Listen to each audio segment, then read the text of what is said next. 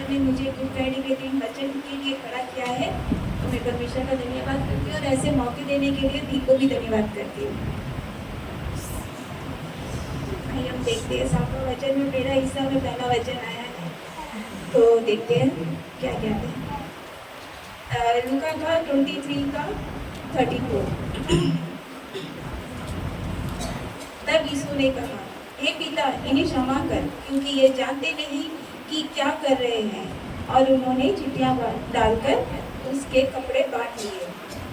आइए इसमें हम कुछ बातों को देखते हैं कि अगर हमारे दिल में अगर किसी के लिए भी कोई भी मतलब दुश्मनी या फिर नफरत होता है, शिकायत होता है, तो याद रखना, कोई अगर हम 40 दिन की कोई भी उपवास भी कर ले, कितनी भी फास्टिंग कर ले, घुटने टेक ले या फिर आंसू भी गिरा ले, तभी वो प्रार्थना स्वीकार नहीं किया जाएगा। और बाइबल कहता है कि अगर चर्च आते हैं तो पूरे साफ दिल से आए। अगर आपको लगता है दिल में थोड़ी सी भी ऐसा लग रहा है कि हमने किसी का दिल दुखाया है, तो बाइबल कहता है कि ऑफरिंग को वहीं रोककर पहले जाए, उनसे मेल मिलाप करे और उनसे जो है संबंध जो बिगड़े हैं वो पहले संभाले, फिर आए। तो यीशु भी यही कहता है कि हमें क्षमा देना भी है और मांगना भी है। मांगने से, क्षमा मांगने में भी हमें कोई शर्म नहीं करना चाहिए।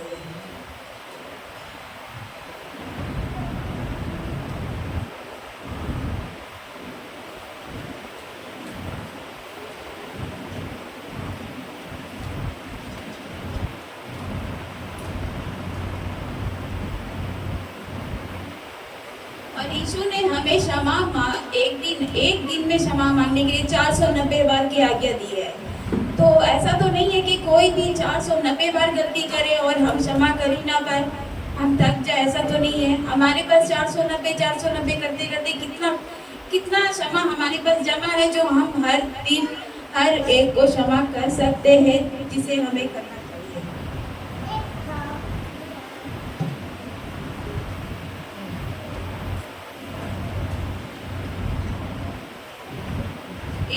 इस वचन के अनुसार हम देखते हैं कितने कठिन समय पर भी यीशु ने उन लोगों के लिए क्षमा मांगी है जो उनके ऊपर क्रूस को लाद दिया, कांटों का ताज पहना दिया, कोड़े मारे और कील ठोक कर लटका दिया। उसके बाद कुछ ही देर में उनका प्राण जाने वाला है, तब भी यीशु क्या कर रहा है? कह रहा है कि पिता, इन्हें क्षमा कर, ये नहीं जानते कि क्या करे। सचमुच वो नहीं जानते कि वो परमेश्वर का पुत्र था। वो सिर्फ यही देख रहे थे कि वो एक क्या रोगी है या फिर बहका रहा है लोगों को, बस यही जानते थे। इसीलिए उनसे ये गलती हुई थी और उन्होंने सूली पर लटका दिया, इसलिए प्रभु ने उनके लिए क्षमा मांगा। अगर इसी को अगर हम देखते हैं, हम अपनी जगह हमें रखकर हम देखते हैं कि हम क्या करें, हम क्या करेंगे। हम तो सिर्फ यही कहेंगे ना, पहले तो उनको गुस्से से देखेंगे, उसके बाद उन्हें मतलब कोसेंगे कि भाई क्यों मैंने तो बहुत कुछ अच्छा किया, फिर क्यों कर रहे हो। फिर उसके बाद शिकायत करेंगे परमेश्वर से कि परमेश्वर क्यों आपने जो वचन मुझे दिया है, जो बोला है, जो आज्ञा दी, वही अनुसार तो मैंने किया है, लोगों को क्षमा किया है, लोगों को चंगा किया है, फिर क्यों सिर्फ मेरे साथ ही क्यों। लेकिन यीशु ने ऐसा नहीं किया। यीशु ने क्या किया? यीशु ने उन लोगों के लिए क्षमा मांगा। और ये जो यीशु ने किया है ना, उससे उनके प्रचार के अनुसार किया। जो उसने प्रचार किया वही किया। प्रचार क्या किया था उन्हें? देखते हैं मत्ती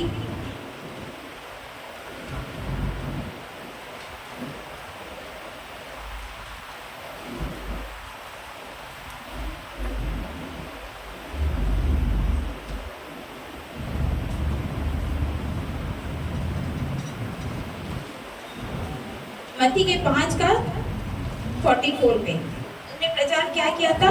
परंतु मैं तुमसे कहता हूँ कि अपने बैरियों से प्रेम रखो और अपने सताने वालों के लिए प्रार्थना करो।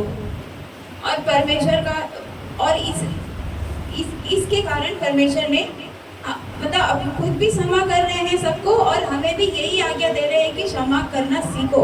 और हम अगर थोड़ा सा झुक जाए, क्षमा कर दे, तो हमारा कुछ भी नहीं जाएगा। तो इसलिए हम ये बाइबल के अनुसार हमें अगर चलते हैं तो हम परमेश्वर के साथ चलने के बराबर है। और इस सब के बीच में अगर हम देखते हैं कि यीशु ने एक प्यारा सा वर्ड बोला है, हे पिता। हे पिता मतलब है कि उसका इतना सुंदर वर्ड की इतना कठिनाई में भी, इतना दुख के और दर्दनाक के टाइम में भी उसका जो हे पिता बोलकर अपने पिता पर से जो विश्वास है वो कम नहीं होने दिया। वो ये साबित करता है। और इसमें से ना परमेश्वर का 3 वर्ड सबसे ज़्यादा फेवरेट है, और परमेश्वर भी यही चाहता है कि वो तीनों जो वर्ड है उनको हम अपने जीवन में उतारें। वो है क्षमा, प्रेम और प्रार्थना। और ये क्या है? क्षमा करो, प्रेम रखो और प्रार्थना करो, लेकिन हमारे अपने लिए नहीं, दूसरों के लिए। वो ये चाहता है तुम दूसरों के लिए करो, मैं तुम्हारे लिए करूँगा, और हमारे लिए डायरेक्ट आएगा परमेश्वर से। और परमेश्वर की आशीष करे ये प्रचार। Thank you so much. हमें तालियों को बजाते परमेश्वर की महिमा करेंगे। बहुत ही सुंदर तरीके से आपने इस वचन को एक्सप्लेन किया। प्रभु आपको ब्लेस करें। सुनी पर कहा हुआ दूसरा वचन, लूका सुसमाचार 23वां अध्याय 23:43, दूसरा वचन, you will be with me in paradise. Sister Keziah ji आगे आकर इस वचन का प्रचार करेंगे। तालियों के साथ इस बहन का स्वागत करें।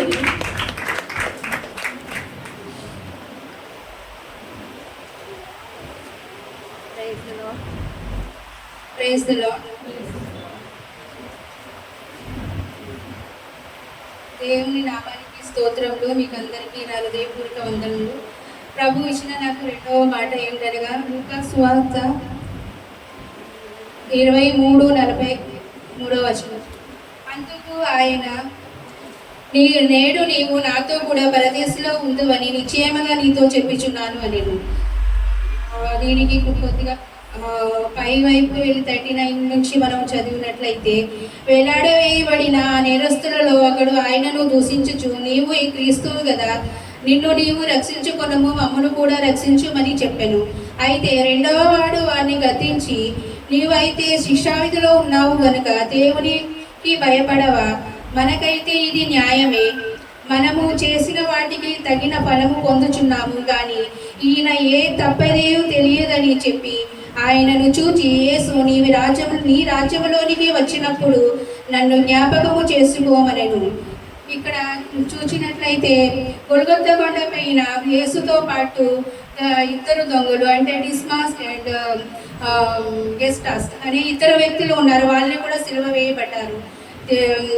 ఈ సందర్భంలో ఆలోచించినట్లయితే ఆ సమయానికి యేసు పరిస్థితి బాగోలేనప్పటికీ ఆయనను ఒక దొంగ దూషించుచు ఆయన్ని నానా విధమైన మాటలు అంటూ ఉన్నాడు. మరొక దొంగ ఏంటంటే ఆయనని, ప్రభు నన్ను ఒకసారి జ్ఞాపకము చేసుకో, నన్ను కూడా పరదేశంలో జ్ఞాపకం చేసుకో అని ఆయనను అడుగుతున్నాడు.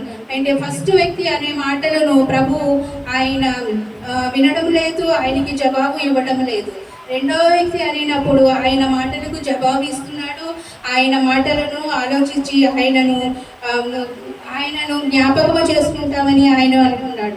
అలాగే అదే విధముగా దేవుని పనిలో ఉన్నప్పుడు మనము చేసే సమాజంలో ఉన్న నిబంధనలు, ఆరోపణలు చేస్తారు. మనము దేవుని దగ్గరకు వచ్చేటప్పుడు శ్రమలు ప్రారంభము,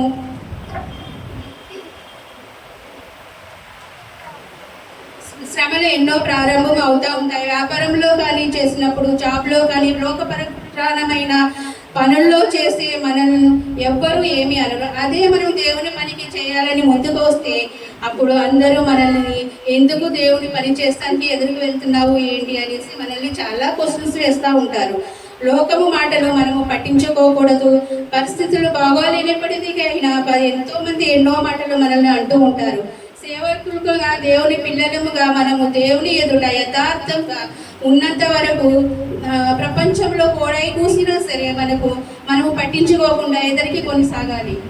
అది రెండవ సందర్భము, ఆయనను చూచి, యేసు నీవు నీ రాజ్యంలోనికి వచ్చినప్పుడు నన్ను జ్ఞాపకము చేసుకో అని అంటూ ఉంటే ఆయన మాటలు విని ఆయనను క్షమాపణ కొరకే ఆయన కోరుకున్నాడు. కాబట్టి అదే విధంగా ఆయనను క్షమించి ఆయనను పరదేశంలోకి చేర్చుకుంటానని ఆయన అంటున్నాడు. మరొక దొంగ క్షమాపణ దయచేయవా అంటూ ఉంటే దయ చూస్తున్నాడు, జవాబు ఇస్తున్నాడు. దేవుడు పిల్లల మనము తెలుసుకోవలసినది 2 విషయములు.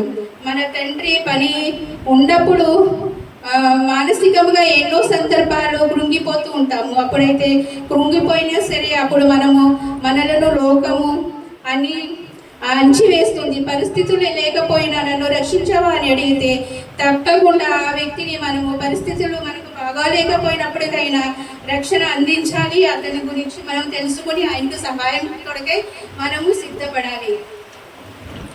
అప్పుడు అంటే ఇప్పుడు మనం ఎవరైనా మన దగ్గరికి వచ్చి మనకు సహాయం చేయండి, నాకు అది కావాలి ఇది కావాలి అని అడిగితే అప్పుడు మనం నెగ్లెక్ట్ చేయకోకుండా వాళ్ళని సరే అనేసి మనము బలంగా వాళ్ళని ఎదిరించుకోవడానికి మనం సిద్ధంగా ఉండి వాళ్ళకి జవాబు ఇచ్చినట్లయితే వాళ్ళకి సంతృప్తి కలుగుతుంది, మనకి కూడా ఆనందంగా ఉంటుంది. అలాగే ఆ దొంగ రక్షణ అడిగితే కన్ను మూసేలోపు ఒక ఆత్మను రక్షించాలని యేసు అని బాగున్నా మనమే ఏదైనా చేయాలి అని అనుకుంటే మనం చేయడానికి చాలా నిర్లక్ష్యంగా ఉంటాము. మనకెందుకు వాళ్ళకు వచ్చిన శ్రమలు వాళ్ళే పడతారు, మనం ఎందుకు పడాలి అనేసి మనం అనుకుంటాము. అలా కాకుండా యేసు కన్ను మూసే లోపల ఒక్క క్షణమైన చాలు నాకు ఆ దొంగను మనము పరదేశంలో జ్ఞాపకం చేసుకోవాలని ఆయనను జ్ఞాపకం చేసుకుంటున్నాడు అక్కడ. అలాగే మనం ఏషియా 5:14 చూస్తే పాతాళంలో గొప్పగా ఈ పెట్టుకున్న పవిత్రతను తన నోరు తెచ్చుకుని ఉంటారు. ఎప్పుడు వాళ్ళు మన దగ్గరికి వస్తారో మనం ఇంగి వేస్తాము అనేసి వాళ్ళని చూస్తూ ఉంటారు. కానీ అలాగా కాకుండా యేసు తన 2వ వ్యక్తిని ఆ దొంగను క్షమించి ఆయనను పాతాళంలోకి వెళ్లకుండా ఆయన కాపాడి పరదేశంలోకి జ్ఞాపకం చేసుకున్నాడు. అలాగే ఇక్కడ చూస్తే చాలా విధాలుగా చాలా ఉన్నాయి అన్నమాట. ఏబు 21:13 కూడా అలాగే ఒక్క క్షణములోనే పాతాళము దిగుదురు. శిలువ మీద ఉన్న 2వ దొంగ రక్షణ రాకుంటే కన్ను మూసిన వెంటనే పాతాళములోకి పోయే ప్రమాదము ఉంది. ఆయన ఒకవేళ ప్రభు ఆయనను జ్ఞాపకం చేసుకున్నట్లయితే ఆయన పాతాళంలో దూకిన సమయాల్లో వాళ్ళు నోరు ఆగిలించుకొని చూస్తూ ఉంటారనమాట. ఎందుకంటే వెంటనే మృంగివేయాలి అని. అలాగే కాకుండా ప్రభు ఆయనను జ్ఞాపకం చేసి ఆయనకి క్షమాపణ ఇచ్చినందుకు ప్రభువునికి వదలుతుంది. అలాగే రక్షింపాలి అంటే శక్తిగల వాక్యము అందించాలి. యాకోబు ప్రమాదంలో నీ బ్రతుకు మార్పును చెప్పాలి. ప్రభువు ఈ కోసము వచ్చాడు, ప్రాణం పెట్టాడు శిలువ మీద మన పాపముల కోసము. ఆయన తిరిగి రాబోతున్నాడు అనేసి మనం ఎవరికైనా చెప్పినట్లయితే వాళ్ళు అనుకుంటారు, ఎందుకు వీళ్ళు ఇలా చెప్తున్నారు, ప్రభువుని నమ్మితే మనకి ఏమి ఇస్తారు, ఏం దొరుకుతుంది అనేసి చాలామంది చాలా క్వశ్చన్స్ వేస్తూ ఉంటారు. కానీ నిజంగా ఓపికతోటి వాళ్ళకి చెప్పినట్లయితే వాళ్ళు మనల్ని ఎలాగైనా ఎంత అపార్థం చేసుకున్నా, మనల్ని ఎంత దూషించినా సరే వాళ్ళ పరిస్థితులు అర్థం చేసుకుని ఓపిక వాళ్ళకి చెప్పినట్లయితే వాళ్ళు వినేగా వింటారు, మనకి కూడా సపోర్ట్గా చేస్తారు. వాళ్ళు నా నామ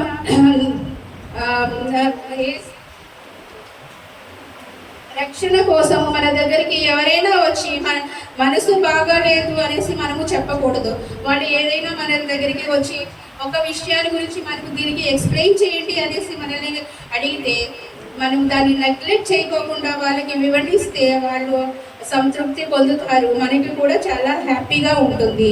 ఎల్లప్పుడూ మనము వాళ్ళకి ఎదురోళ్ళకి చెప్పడాలి అనేసి అనుకున్నట్లయితే మనము సిద్ధంగా ఉండాలి, బలంగా స్థిరపడి ఉండాలి. అలాగే 3వ విషయానికి వస్తే యేసు చేసిన ఎన్నో స్వస్థత కార్యాలు చూసి మనము జనాలకు ఆ రోజులలో ఉన్నారు అంటే మనకి ఏ ప్రూఫ్ లేకుండా, ఏ ఆధారము లేకుండా నమ్మే వ్యక్తులు కూడా ఆ రోజులో ఉన్నారు. అలాగే చూడాలి అంటే ఇక్కడ నోవా కూడా దేవుడు చెప్పినట్లుగానే నీవు సముద్రం ఒక ఓడని తయారు చేసి నీవు ఓడ కట్టాలి, త్వరలోనే సముద్రము ఊరు మధ్యకు వస్తుంది అని దేవుడు చెప్పగా నువ్వు ఆకాశము ఏ ఆధారము లేకుండా ఆయన గుడిగా నమ్మి ఆయన ప్రభువు మాట ఒప్పుకొని ఆయన చెప్పిన ప్రకారంగానే నడుచుకున్నాడు. కానీ ఆయనకు విజయం కలిగింది. అలాగే అబ్రహాం కూడా 100 సంవత్సరాలకి నేను సంతానము పొందుతానా అనేసి అనుకున్నాడు. కానీ ప్రభువు చెప్పాడు, నీకు ఇది అనుగ్రహించబడును అని అన్నాడు. అలాగే అబ్రహాం ఆయన మాట విని గాయకొని ఆయన నమ్మినందుకు ఆయనకు ప్రతిఫలం దొరికింది. అలాగే ఈ రెండవ దొంగ కూడా ప్రభువుని అడిగాడు అన్నమాట. ఏంటి అంటే, ప్రభువా నువ్వు పరదేశంలోకి వెళ్ళేటప్పుడు నన్ను కూడా జ్ఞాపకము చేసుకో అన్నాడు. అదేవిధంగా మొదటి వ్యక్తి అంటే ఈయనను దూషిస్తున్నాడు, మాట్లాడుతున్నాడు అనగాని మాటలు అని అంటుంటే, ఈయన రెండవ వ్యక్తి అంటే తస్మా ఆయన వచ్చి ఈయనని అన్నాడు, నీవైతే మనకైతే ఇది న్యాయము, ఎందుకంటే మనం శిక్షా విధిలో ఉన్నాము కాబట్టి.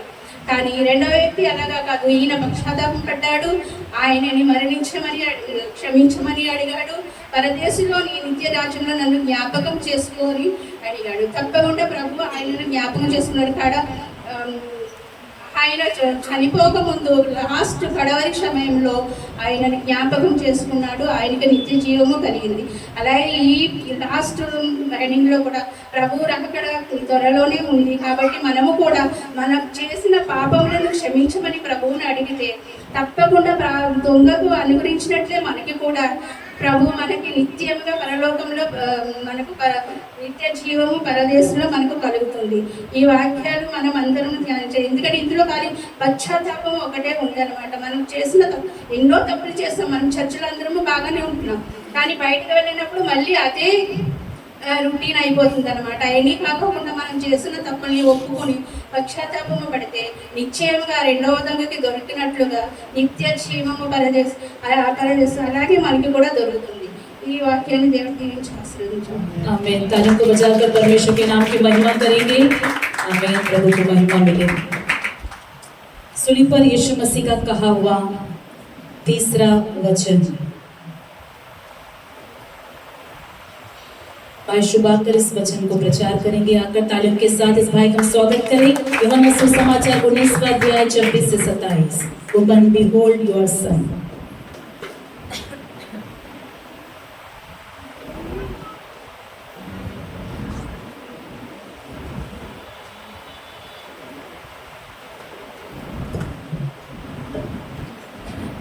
परमेश्वर के नाम की महिमा हो।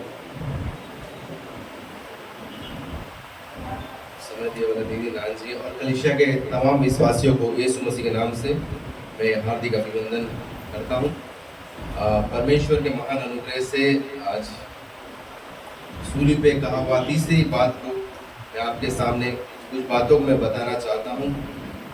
यूहन्ना रचित सुसमाचार 19वां अध्याय 26 और 27 को पढ़ रहा हूँ। जब यीशु ने अपनी माता और उस चेले को जिससे वह प्रेम रखता था पास खड़े देखा तो अपनी माता से कहा, हे नारी देख या तेरा पुत्र है। तब उसने चेले से कहा, या तेरी माता है। और उसी समय से वह चेला उसे अपने घर ले गए। हालेलुया। परमेश्वर के महान अनुग्रह से यह देख सकते हैं कि सूली पे कहा तीसरी बात में हम 3 बातों पर ध्यान कर सकते हैं। पहला तो प्रेम, विश्वास और एक भरोसा। यहाँ पर यीशु मसीह उस पीड़ा पर रहने के बावजूद भी, उस क्रूस पे तकलीफ के बावजूद भी वह कहा हुआ बात अपनी माता को देखकर वह कहता है कि माँ उसके साथ चला जाए। अपने बेटों से नहीं, जो अपने सगे भाइयों, जो मरियम के द्वारा पैदा हुआ उन भाइयों के साथ नहीं, वह अपने चेलों से कहता है कि वह चेले उनसे प्रेम करते थे। प्रेम किस कारण? वह अपने सारे कामों को, अपने सारे चीज़ों को छोड़कर वे यीशु मसीह के पीछे हो लिए थे। और यीशु मसीह जहाँ कहीं भी जाते थे उनके पीछे उनके चेले जाते थे। तो वे अपने परिवार, अपने काम काज छोड़कर यीशु मसीह के पीछे वे चले गए थे और यीशु मसीह को ही हमेशा अपने प्रभु के रूप में उनके दृष्टांतों को ध्यान करते हुए अपना जीवन उस समय उन दिनों में व्यतीत कर रहे थे। देख सकते हैं वहाँ पर एक बड़ा चीज़ है जो प्रेम है। और प्रभु यीशु मसीह इस क्रूस पर रहते हुए प्रेम के साथ वह कहता है और उसके चेले वहाँ पर उसके बात को सुनकर उसकी माँ को लेके जाते हैं। वहाँ पर देख सकते हैं प्रेम की परिभाषा बहुत सारी है, लेकिन प्रेम की मैं यहाँ देखता हूँ कि प्रेम की परिभाषा यूहन्ना रचित सुसमाचार 3:16 कहता है, परमेश्वर ने जगत से ऐसा प्रेम किया कि उसने अपना इकलौता पुत्र को दे दिया। देख सकते हैं परमेश्वर ने अपना इकलौता पुत्र को दे दिया। वो संसार से बहुत प्रेम करता था। वह संसार कौन है? वे सब हम ही हैं। हम सारे विश्वासी जो प्रभु के ओन इमेज, जैसा हम देख सकते हैं कि उत्पत्ति में 1:27 में साफ साफ लिखा गया कि परमेश्वर ने अपने ही स्वरूप में लोगों को बनाया। तो वह चाहता है कि वह कोई भी मनुष्य नाश ना हो। इसीलिए परमेश्वर ने स्वर्ग राज को छोड़कर अपने प्रिय बेटों को इस पृथ्वी पर भेजा ताकि इन पापी लोगों को उद्धार में लाए। वरना यह जो 750 करोड़ की जनसंख्या आज के दिन में हम देखेंगे वह नहीं रहता है, क्योंकि पाप हर कोई इंसान से आम बात हो चुकी है कि कहीं ना कहीं सीधे तौर पर या उल्टे तौर पर लोग मनुष्य पाप कर बैठते हैं और किसी न किसी कार्य में भागी होकर वे जानते ही नहीं इस समस्या में डूब जाते हैं। लेकिन परमेश्वर हमसे प्रेम करता है। वह जानता है कि मनुष्य पाप करेगा। इसी के बदौलत ही परमेश्वर ने उस सिंहासन से यीशु मसीह को भेजा ताकि वह मानव जाति की वो उद्धार में लेके आए। और क्रूस की बलिदान को वहां पर करना पड़ा यीशु मसीह को। साफ तौर पर हम देख सकते हैं। उसी तरह और एक बात है जो विश्वास इस वचन में देख सकते हैं कि विश्वास, परमेश्वर ने विश्वास किया अपने बेटे के ऊपर, वैसे ही उसी के माध्यम से चेले भी उसके ऊपर विश्वास करे। उसकी माता जो उससे बहुत प्रेम करती थी, उसके बेटे को बात सुनकर उसके चेले के साथ चले गई। वह विश्वास जो बहुत ही बहुमूल्य है। राय हम देख सकते हैं, राय के तिनके की तरह हमारा विश्वास होने से उस बड़े से बड़े पहाड़ को भी हम दरकिनार कर सकते हैं। आज के दिन में मनुष्य ऐसा हो चुका है, ऐसी समस्याओं में पड़ चुका है कि वह अब प्रेम करना ही भूल गया। और एक वचन देखते हैं कि बाइबल में लिखा है अपने समान अपने पड़ोसी से प्रेम करिए। मनुष्य भूल चुका है कि अपने आप को भी प्रेम करना है। वह भूल चुका है, प्रेम तो दूसरों की बात तो दूर की बात है, वह अपने आप से भी प्रेम करना भूल चुका है। वो कह रहा है कि मुझसे नहीं होगा, मैं नहीं कर सकता, मैं बीमार हूँ, अरे यह बीमारी मुझसे नहीं जा सकती, अरे मैं बढ़ नहीं सकता, मैं पीछे रहूंगा, अरे यह असंभव है, 10,000 लोगों के बीच में कैसा मैं जॉब को पा सकूंगा, इस बीमारी से मैं कैसे छुटकारा पा सकूंगा। लोग पीछे बैकफुट जा रहे हैं, आगे नहीं बढ़ रहे हैं।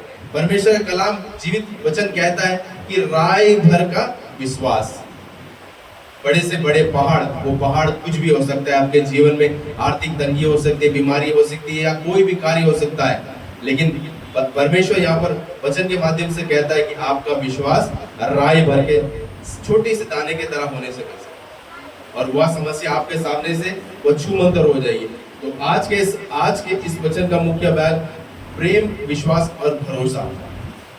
तो हम देख सकते हैं कि वहां पर यीशु मसीह क्रूस पे तकलीफ होने के बावजूद भी वह उस दर्द को दरकिनार करते हुए कह रहा है कि जाओ, उन चेलों से कह रहा है मेरी माँ को ले जाओ। वह जो जिम्मेदारी, जो भरोसा जो उसकी माँ ने पाल पोस कर बड़ा किया, 33 साल 33.5 साल अपने बेटे के साथ रही, पालन पोषण करी, उसकी जो आवश्यकता थी शारीरिक तौर पर वह करी। वह भरोसा, उस बेटे ने उस प्यार को देखा और उसको मालूम था कि मैं संसार को छोड़कर जाने वाला हूँ। जाने से पहले उसके माँ को पर जो भरोसा था, जो परमेश्वर के ऊपर भरोसा था कि माँ ने मेरे लिए इतना कुछ किया है, इसकी जिम्मेदारी मैं अपने चेले को दूं ताकि वो मेरी माँ को आने वाले समय में मेरे माँ को परवरिश कर सके। तो हम देख सकते हैं यहाँ पर 3 बातों को साफ तौर पर, जो प्रेम, विश्वास और भरोसा, ये तीनों चीज आज हमारे जीवन में महत्वपूर्ण है। इसको लेकर हमें चलना है। परमेश्वर यही चाहता है कि हमें विश्वास करना चाहिए और हमें पहले अपने आप से प्रेम करना चाहिए, उसके बाद हम दूसरों लोग से भी प्रेम कर सकें, क्योंकि हमारी प्रेम की सीमा छोटी हो चुकी है। परमेश्वर हमें सहायता करेगा कि हमारे अपने आप से प्रेम करने के लिए और हमारी प्रेम की सीमाओं को बढ़ाने के लिए। और उसी तरह हमें भरोसा करना चाहिए परमेश्वर के ऊपर कि परमेश्वर हर समस्या, हर संकट से हमें निकाल फेंक कर हमें एक खुशहाल और सुखनुमा, आनंद और प्रेममय जीवन दे। परमेश्वर इन वचनों को आशीष करे। आमीन। तालियों के साथ परमेश्वर की स्तुति करें। बहुत ही सुंदर वचन बताने के लिए प्रभु आपको ब्लेस करे। सूली पर यीशु मसीह का कहा हुआ 4था वचन, एली एली लामा सबक्तनी, हे मेरे परमेश्वर तूने मुझे क्यों छोड़ दिया। मत्ती सुसमाचार 27वां अध्याय 46वां वचन। बहन पप्पी आकर इस वक्त इस वचन का प्रचार करें। तालियों के साथ इस बहन का स्वागत करें। पिता, पुत्र, पवित्र आत्मा के नाम पे धन्यवाद हो। मत्ती रचित सुसमाचार 27:46। तीसरे पहर के निकट यीशु ने बड़े शब्द से पुकार कर कहा, एली एली लामा सबक्तनी, अर्थात है मेरे परमेश्वर तूने मुझे क्यों छोड़ दिया। मैं प्रभु का धन्यवाद करती हूँ इस सुबह के समय के लिए। इससे पहले की बातों को हमने ध्यान दिया जो प्रभु ने क्रूस पर कहा था। अब तक हम ध्यान दे रहे थे प्रभु के 3 वचनों को। अब हम 4था वचन को ध्यान देंगे। अब हम उस पुकार को ध्यान दे रहे हैं जो प्रभु ने सूली पर अपने पिता से कहा। हम सब जानते हैं कि प्रभु यीशु ने जब क्रूस पर चढ़ाए गए पूरे देश में अंधकार छा गया था, पर उस अंधकार के मध्य से एक पुकार आ रही थी, एली एली लामा सबक्तनी, यानी प्रभु यीशु जो वेदना को सह रहे थे, प्रभु यीशु जो अकेलेपन और दर्द को सह रहे थे, वो यहाँ महसूस कर सकते हैं। हमारी जगह जो कष्ट मेरे प्रभु सह रहा है, क्या हम उस मन की तड़प, उस मन की गहराई और उसकी वजह को नाप सकते हैं? क्या हम उसको सोच भी सकते हैं? वो जो वेदना प्रभु जिसमें से गुजर रहे हैं, हमें अपने व्यवस्था के श्राप से आज़ाद करने के लिए, हमें छुटकारा देने के लिए प्रभु ने परमेश्वर से सजा ले लिया, अपना लिया। क्या हम इस बड़े प्रेम के बदला कभी भी चुका पाएंगे? परमेश्वर के प्रेम की ऊंचाई को कभी समझ पाएंगे? हमारे शरीर में जितनी भी दर्द हो सह सकते हैं, तकलीफ हो सह सकते हैं, लेकिन मानसिक तौर पर जो दर्द होता है वो हम सह नहीं सकते, वो सहने से बाहर है। और अगर वो मानसिक दर्द और आत्मिक विषय में हो तो वो हिसाब लगा सकते हैं कि वह कितना असहनीय है जो प्रभु अभी सूली पर सह रहे थे। जब एक व्यक्ति अपने जीवन में कष्ट में से जाता है, यानी कि शारीरिक कष्ट यहाँ पे कहा गया है, उसके अंदर एक तसल्ली होता है कि चलो मैं जो भी कष्ट सहूँ उसका मैं प्रभु के पास जाकर उसके पास विनती कर कर उसका समाधान और उसका हल मैं पा लेता हूँ और मेरा दुख तकलीफ कम हो जाएगा। मगर यहाँ प्रभु के विषय में ऐसा कुछ नहीं हुआ।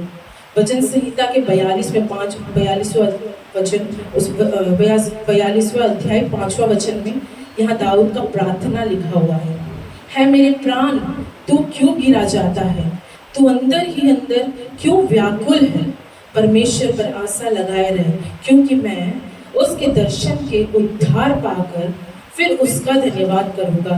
दाऊद ने पिता से अपनी प्रार्थना बताई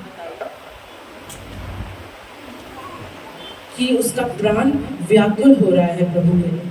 कभी कभी हमें ऐसा लगता है कि परमेश्वर ने हमें छोड़ दिया है। असल में ऐसा नहीं होता है, उसने हमें नहीं छोड़ा है, परंतु विश्वास की कमी के कारण, परमेश्वर की इच्छा के अनुसार ना चलने के कारण हमें ये चीज़ ऐसा लगता है कि प्रभु ने हमें त्याग दिया है या हमें इस परिस्थिति में छोड़ दिया है। यहाँ पर क्रूस के इस वचन से हम हमारी ज़िंदगी में क्या सीख ले सकते हैं, यहाँ हमें प्रभु बताता है कि है परमेश्वर। देखिए ना प्रभु कैसे दो बार अपने पिता को पुकार रहा है कि तूने मुझे क्यों छोड़ दिया। मैंने अपनी इस असहनीय दर्द बड़ी पीड़ा में भी तुझे नहीं छोड़ा। प्रभु यहाँ अपने पिता से बोल रहे हैं कि तुमने मुझे क्यों छोड़ दिया इस दर्द भरी जगह पर, दर्द भरी क्रूस में मैं लहूलुहान होकर बैठा हूँ। क्यों छोड़ दिया तुमने? क्रूस के ऊपर सही अब तक की वेदनाओं को सह सकता हूँ, प्रभु बोलता है क्रूस पे सही अब तक की वेदनाओं को मैंने सह लिया और आगे भी सह सकता हूँ, लेकिन ये सहना मुश्किल है कि तुमने मेरी पुकार नहीं सुनी। लेकिन ये सहना मुश्किल इसलिए है कि प्रभु वहाँ पुकारता है लामा सबक्तनी, माने तूने मुझे क्यों छोड़ दिया। वह प्रभु परमेश्वर अपने पिता से कहता है प्रभु इस दुख भरी दर्द में तूने मुझे क्यों छोड़ दिया। प्रभु यीशु का वेदना ये नहीं कि उनके चेले उनको छोड़ को चले गए। प्रभु यीशु की वेदना ये नहीं कि उनकी सगे दोस्त सगे संबंधी छोड़ के चले गए। वो बेशक चेले छोड़ के जा सकते हैं उनको, पर प्रभु आप तो मेरे पिता है, आपने मुझे क्यों छोड़ा। हमारे जीवन में भी जब कष्ट आता है हमारा यही रोना होता है कि प्रभु उसने मुझे छोड़ दिया, इसने मुझे त्याग दिया, इसने मुझे धोखा दिया, इसने मुझे कष्ट दिया। हमारा रोना ऐसे ही होता है, पर प्रभु के विषय में ये नहीं था। प्रभु अपने पिता से दूर होकर कह रहा है प्रभु तूने मुझे क्यों छोड़ा। लेकिन यह प्रभु यीशु की प्रार्थना हमारे लिए एक सबक हो जाए, हमारे लिए एक सीख हो जाए कि ये प्रार्थना हमारे लिए क्या मायने रखता है। और एक बात, प्रभु उतना निर्दयी नहीं है कि अपने लोगों को कष्ट पर छोड़कर वो ऐसी चुपचाप छोड़ देंगे। वचनकार दाऊद खुद कहता है कि चाहे मैं मौत की अंधकार की वादियों से होकर जाऊं तो भी मैं नहीं डरूंगा, क्योंकि तू मेरा साथ है। यहाँ इस वचन से हमें एक सीक्रेट पता चला है कि चाहे जो हो जाए, प्रभु अपने निज लोगों को जो खून बहाकर हमें खरीदा है, उन लोगों को कभी भी नहीं छोड़ता है। चाहे जो परिस्थिति आ जाए, कभी नहीं छोड़ता है। पर हमारा विश्वास उनके प्रति भी वैसा ही होना चाहिए। प्रभु के प्रति हमारा विश्वास अटूट होना चाहिए कि वो हमें किसी भी परिस्थिति में हम चाहे रहे, वो हमें छोड़कर नहीं रह सकता है। ध्यान रहे, प्रभु का राज्य को हर दिन खोजते रहे, तब तक जब तक कि प्रभु का राज्य इस पृथ्वी पर आना जाए। प्रभु का धन्यवाद हो इस वचन को एक्सप्लेन करने के लिए समय दिए हुए पास्टर को मैं धन्यवाद करती हूँ। प्रभु इस वचन को हमारी जिंदगी में प्रबल करें। आमीन। आमीन। तालियों के साथ परमेश्वर की स्तुति करें। सुंदर तरीके से इस वचन का प्रचार करने के लिए प्रभु आपको और ब्लेस करे। सुनी पर यीशु मसीह का कहा हुआ 5वां वचन, आई थर्स्ट। यूहन्ना सुसमाचार 19 और 28। मैं प्यासा हूँ। इस वचन को अभी बड़ी दीदी आकर इस वचन का प्रचार करेंगे। तालियों के साथ हम उनका स्वागत करें। హల్లెలూయా, ప్రైజ్ ది లార్డ్। ఈ సమయం ఇచ్చిన దేవుని సేవకులకి, సేవకురాలకి, అమ్మగారికి, ఇప్పుడు వచ్చిన ప్రతి ఒక్కరికి నా హృదయపూర్వక వందనాలు తెలియజేస్తున్నాను। ఉదయకాలంలో వచ్చిన ప్రతి ఒక్కరికి నా గుడ్ ఫ్రైడే ఒక శుభాకాంక్షలు తెలియజేస్తున్నాను। ప్రభు ఇచ్చిన సమయం బట్టి నేను స్తుతిస్తున్నాను। యోహాను సువార్త 19వ అధ్యాయము 28వ వచనం చూద్దాం। యేసుక్రీస్తు శిలువలో పలికిన 7వ మాటలు 5వ మాటలు మనం చూస్తున్నాం। అటు తర్వాత సమస్తమును అప్పటికి సమాప్తమైనదని యేసు ఎరిగి, లేఖనం నెరవేరినట్లు నేను తప్పికొనుచున్నానని। అంతవరకు సమస్తాన్ని సమాప్తం చేస్తున్నారు। దేవుడు శిలువలో ఆ యొక్క కార్యాన్ని మన కొరకు చేసి సమాప్తం చేసిన తర్వాత ఇంకా నువ్వు తప్పికొనుచున్నానని సెలవిచ్చి ఉన్నారు। ఇక్కడ తప్పికను చూస్తున్నాము। ఏంటి ఈ తప్పిక? తప్పికల్లో 2 రకాల తప్పికలు ఉన్నాయి।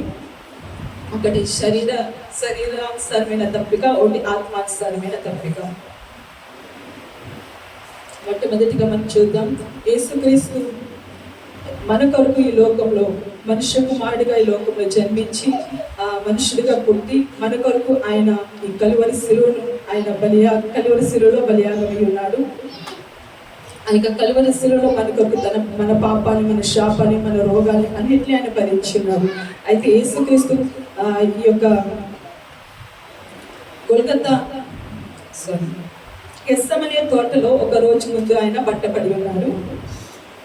అయితే ఆ రాత్రి ఆయనను పట్టుకొని తీసుకుని వెళ్ళి ప్రధాన యాజకుల యొద్దకు, ఆయన బంట్రోత్లో వచ్చి పట్టుకుని వెళ్ళి ప్రధాన యాజకుల యొద్దకు, కయఫా యొద్దకు, హేరోదు యొద్దకు తీసుకుని వెళ్ళి ఉన్నారు। అయితే ఆ రాత్రి అక్కడ ఆయన కొరకు శిలువ యొక్క మరణాన్ని వారు విధించి ఉండగా అక్కడ ఆయనని కొరడాలతో కొట్టి ఉన్నారు, ఆయనను బాధించి ఉన్నారు, ఆయన వస్త్రాలు చింపి ఆయన ముఖం మీద కొట్టి ఉన్నారు, ముండ్ల కిరీటం కొట్టబడి ఆయన సమస్త రక్తానంతా దారబోసి ఆ యొక్క ఉదయకాసం అన్నాడు యొక్క శుక్రవారం దినమందు ఆయన గొల్గొతా కొండకు ఆ యొక్క సిలువను, మోయలేని సిలువను, ఆయనపై భారభరితమైన సిలువను ఆయన మీద పెట్టి ఆ గొల్గొతా కొండకు ఆయన తీసుకుని వెళ్తున్నారు।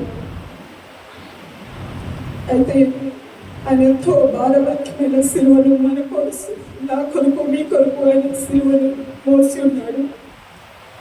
ఆ గొల్గొతా కొండకు వచ్చిన తర్వాత ఆయన వెంకలు కొట్టి ఆ సిలువలో వేలాడదీసిన తర్వాత అయితే భయంకరమైన ఎండ వేళల ఆయన రక్తమంతా వెళ్ళిపోయింది। చెంట్లలో రూపంలో ఆయన కొరడాలెత్తి కొట్టినప్పుడు సమస్తాన్ని ఆయన మన కోసం ఆయన దారబోసినాడు రక్తాన్ని। అయితే అక్కడ భయంకరమైన దాహం, ఆయనకి నిజంగానే దాహం కలిగింది। అయితే ఆ దాహంలో కూడా ఆయన తన దాహాన్ని తీర్చుకోవాలని అనుకోలేదు, శరీర దాహం కొరకు ఆయన అడగలేదు। దాహం నేను తప్పికొనిచున్నానని అన్నాడు, కానీ ఆయన ఆ యొక్క దప్పిక ఆత్మల పట్ల, దప్పిక నశించిన ఆత్మల పట్ల, మన కొరకు సర్వలోక ప్రజల కొరకు నశించిన ఆత్మల కొరకైనా ఆ దప్పికను ఇక్కడ చూపిస్తుంది. శరీరానుసరమైన దప్పిక ప్రతి మానవునికి కలుగుచున్నది.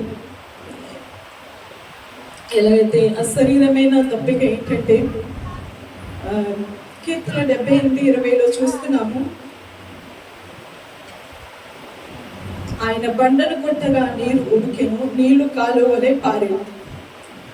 ఆయన బండను కొట్టి నీళ్లు ఇచ్చినాడు. ఎవరికైతే ఇశ్రాయేలు ప్రజలకి మోషే ద్వారా 40 సంవత్సరాలు ఆయన నడిపించినప్పుడు అక్కడ వారు దాహంతో ఉన్నప్పుడు ఆ దాహాన్ని తీర్చాడు. ఎలాగా బండను చీల్చి ఆయన ఆ యొక్క దాహాన్ని తీర్చినాడు. ఆ బండను కొట్టగా దాని నుండి నీటి ఊట ఉబికెను.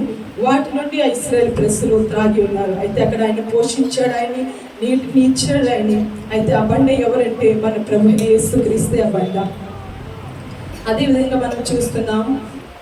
అలాగా మన యొక్క అవసరాలు ఆయన మన యొక్క ప్రతి వేదని అర్థం చేసుకోగలిగే దేవుడు, మన ఆకలిని తీర్చే దేవుడు, మన దాహాన్ని తీర్చే దేవుడు, మన సమస్తమైన అవసరాలు తీర్చే దేవుడు. మన వలె ఆయన మానవుగా వచ్చి మన యొక్క వేదనంతా ఆయన సహించినాడు ఆయన దేహంలో. అయితే సమస్తాన్ని ఆయన అర్థం చేసుకొని గల దేవుడు అయి ఉన్నాడు. మన ప్రతి ఒక్క సమస్యని అర్థం చేసుకొని గల దేవుడు. అయితే ఈ యొక్క సమయంలో మనం చూస్తున్నాం దప్పికొను యెషయా గ్రంథం 55:1 చూస్తే దప్పికొను వారులారా నీళ్ళ ఎద్దుకు రండి అని ఇక్కడ చూస్తున్నాము. దప్పికొను కొనువారిని నీళ్ళ ఎద్దుకు రమ్మంటున్నాడు యేసుక్రీస్తు. ఇది ఏ దప్పిక? ఇది ఆత్మీయ దప్పిక అయి ఉన్నవి. అయితే ఉచితంగానే ఇస్తానని చెప్పుచున్నాడు. దాని కొరకు ఏ వెల చెల్లించలక్కర్లేదు. ఎందుకంటే ఆయన ప్రభువైన యేసుక్రీస్తు శిలువలో సమస్త వెలని మన కొరకు చెల్లించున్నాడు కనుక ఏ వెల చెల్లించలేకుండానే మనకి ఆ రక్షణని ఆ వస్త్రాన్ని ధరింపజేస్తున్నాడు. ఉచితంగా ఆ యొక్క జీవజలాన్ని మనకు ఉంచి ఉన్నాడు. నిత్య జీవాన్ని మనకి అనుగ్రహించి ఉన్నాడు. అలాగే చూస్తున్నాము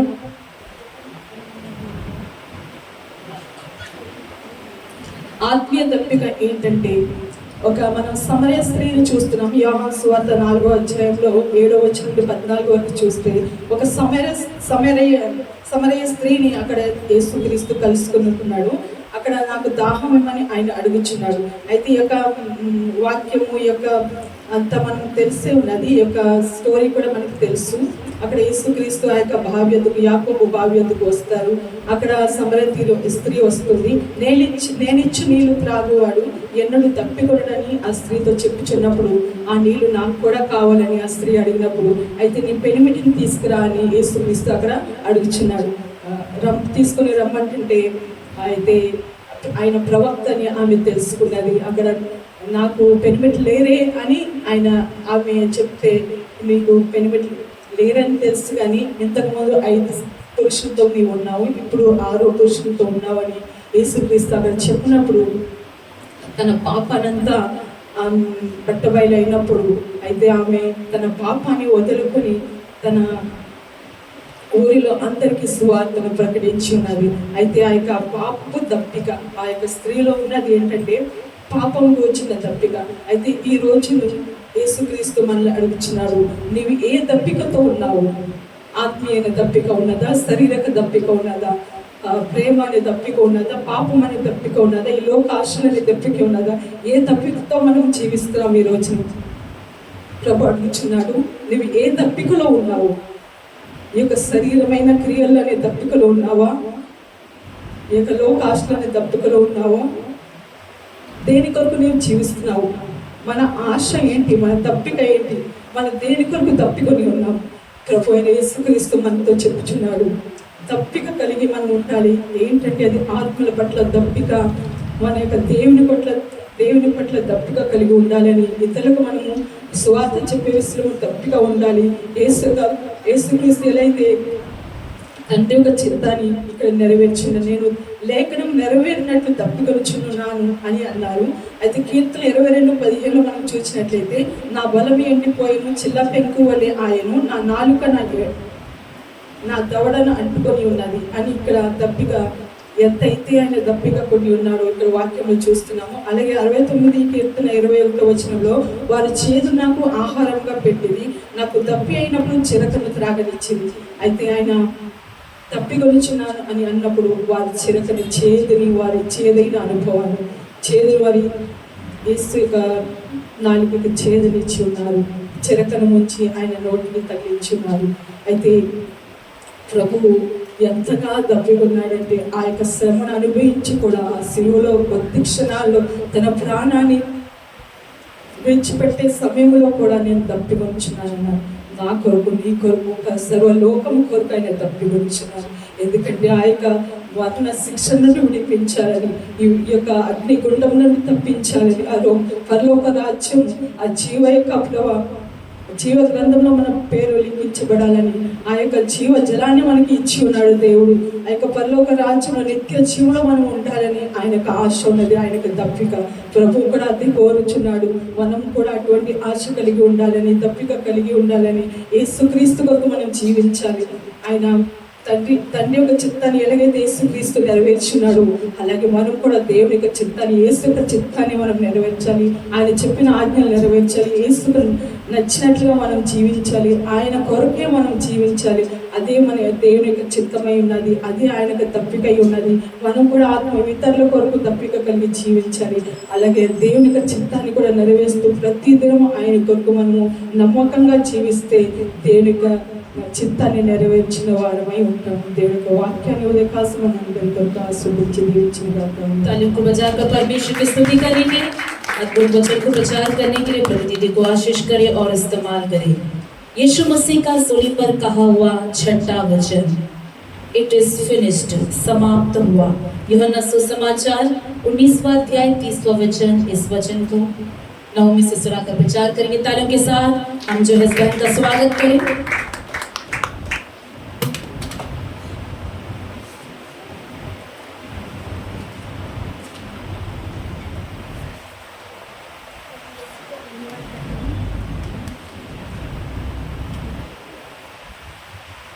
यीशु का धन्यवाद करती हूँ। ये छठा वचन मुझे अनुग्रह हुआ है, तो पूरा हुआ का अर्थ ये जो बताने के लिए, तो हम लोग देखते हैं कि यीशु मसीह जब क्रूस पर थे, उनको प्यास लगा और उन्होंने कहा कि प्यास लगा, मैं प्यासा हूँगा।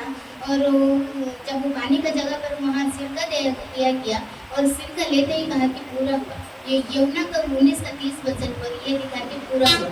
ये पूरा हुआ का अर्थ ये नहीं कि पूरी तरह खत्म हो गया। पूरा हुआ का अर्थ ये है कि ये एक जीत का है, एक जीत का शब्द है, एक विजय प्राप्ति का शब्द है, एक विक्टरी शब्द है। तो उसी तरह एक ये पूरा हुआ शब्द जो ग्रीक भाषा में भी कहते हैं कि एक टेटलिस्टाइक मतलब है कि पूरी तरह कंप्लीट, इट इज फिनिश, और पूरा हुआ एक विजय प्राप्ति, ये सब कुछ बारे में, एक जीत के बारे में ही बता दिया जाता। तो जैसे कि खिलाड़ी वाले लोग ने खेलने के लिए जाते हैं और वहाँ पर जो टीम हार जाता है वो चुपचाप साथ झुका के चले जाता, और जो टीम जीतता है वो खुशी से कहता है कि विक्ट्री, वी जो रिसीव्ड विक्ट्री, और हम लोग विजय प्राप्त हो गए हैं, हम लोग जीत हासिल कर लिए, बोल पूरा जोर से खुशी से जो चिल्ला के बोलते। उसी तरह यीशु मसीह ने क्रूस पर भी चढ़ के कहा कि पूरा हुआ, क्योंकि यीशु मसीह जो कार्य दुनिया में आए थे मानव जाति के लिए, वो सब कुछ पूरा करा है। इसीलिए कहा कि पूरा जोर से खुशी से पूरा हुआ भी। ये दुख से नहीं कहा, ये एक निराशा से नहीं कहा है, ये खुशी से पूरा हुआ भी कहा है। और जैसे कि हम लोग रोमियो साम्राज्य में जैसे पहले पुराने में देखते थे कि किसी का ऊपर भी केस लग जाता था, वहाँ पर उस लोग को सजा हो गई थी और मुकदमा लड़ते थे और फाइल तैयार करा दिया जाता था। और उसमें जब सजा सुनाई देता था एंडिंग में, जब वो जो फाइल का ऊपर में एक मोहर लगा दिया जाता था और टेटलिस्टाइक बोल के लिख दिया जाता था, क्योंकि इस गुनाह के सजा और दोबारा किसी को नहीं मिलेगा बोल के कहते थे। और उसी तरह हम लोग जब यीशु मसीह को जब एक उद्धारकर्ता के रूप में ग्रहण करते हैं, तो तभी हमारा जो फाइल है उस फाइल के ऊपर में भी एक मोहर लग जाता और टेटलिस्टाइक बोल के लिख दिया जाता। और यीशु मसीह ने कहता कि तुम्हारा जो गुनाह है वो तुमको और नहीं मिलेगा, क्योंकि यीशु मसीह ने क्रूस पर वो सारा गुनाह उठा लिया है और पूरा कर दिया है। और हम लोग को इस जो हम लोग का जो सजा भगनी थी, हम लोग का जो वो सब कुछ प्रभु ने पूरा कर दिया, हम लोग का जो भी गुनाह था वो पूरा कर दिया, हम लोग गुनाह और वो नहीं उसने। इसीलिए जो आज का जो ये जो गुड फ्राइडे दिन है, ये खुशी का दिन है, हम लोग रोने का या मातम बनाने का दिन नहीं है, ये एक सेलिब्रेशन का दिन है, क्योंकि यीशु मसीह ने हमारे लिए एक उद्धारकर्ता बन के हमारा सारा पाप का वो अपना को ले लिया है, इसलिए ये खुशी का दिन है। और ये भी कहा था, मतलब वो हमारे लिए अगर जान नहीं देते थे तो अभी भी हम लोग पापी होते थे, अभी भी हम लोग को ये उद्धार नहीं मिलता था, मुक्ति नहीं मिलता था।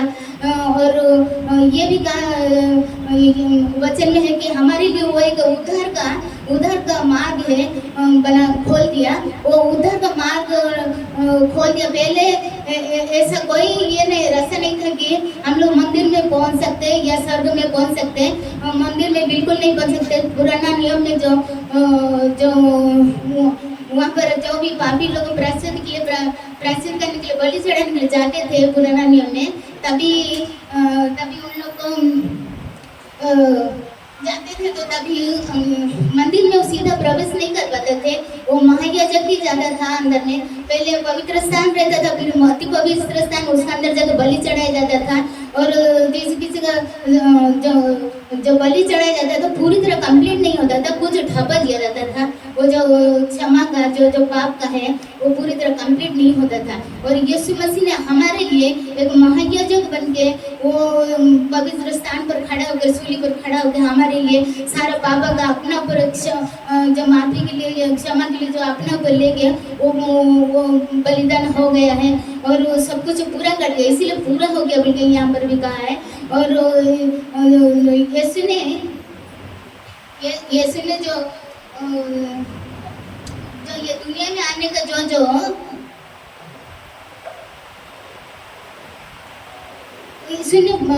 पिता का जो कार्य था, पिता का जो योजना, वो टारगेट जो था ना, पिता का जो पुत्र को लिए जो दिया था, वो सारा एक एक करके पूरा करते चले गया। जो भविष्यवाणी था वो सारा पूरा करते चले गया, इसलिए कहा कि पूरा हो गया। यहाँ पर जो भविष्यवाणी पहली जो भविष्यवाणी था वो उत्पत्ति 3:15 में कि एक स्त्री का गर्भ से एक पुत्र जनेगा और वो शैतान का सर को कुचल डालेगा। और यीशु मसीह ने क्रूस पर चढ़ के इस भविष्यवाणी को भी पूरा कर दिया कि शैतान को हरा के। और यूहन्ना 4:34 में लिखा कि मेरा भोजन ये है कि आपने भेजने वाले की इच्छा पूरा करने पाऊं। और यूहन्ना 17:4 में ये कहा कि जो कार्य तूने मुझे करने को दिया था उसे पूरा करके मैंने पृथ्वी पर तेरी महिमा की है। और गेत्सेमनी बाग में जो प्रार्थना कर रहे थे, वो वहाँ पर जो पसीना लहू बन के जो टपक रहा था, वहाँ पर यीशु मसीह ने पिता से कहा कि हे पिता, अगर हो सकता तो इस कटोरा को मेरे सामने से टाल जाए, और मेरी इच्छा नहीं लेकिन आप ही का इच्छा हो तो आपका ही इच्छा पूरा करो। परमेश्वर का जो इच्छा, जो टारगेट, जो लक्ष्य था, वो एक एक करके पूरा करते चले गए। और जो भविष्यवाणी, जो सुसमाचार, सब कुछ पूरा करते चले, करा बिना वहाँ से टाला नहीं है।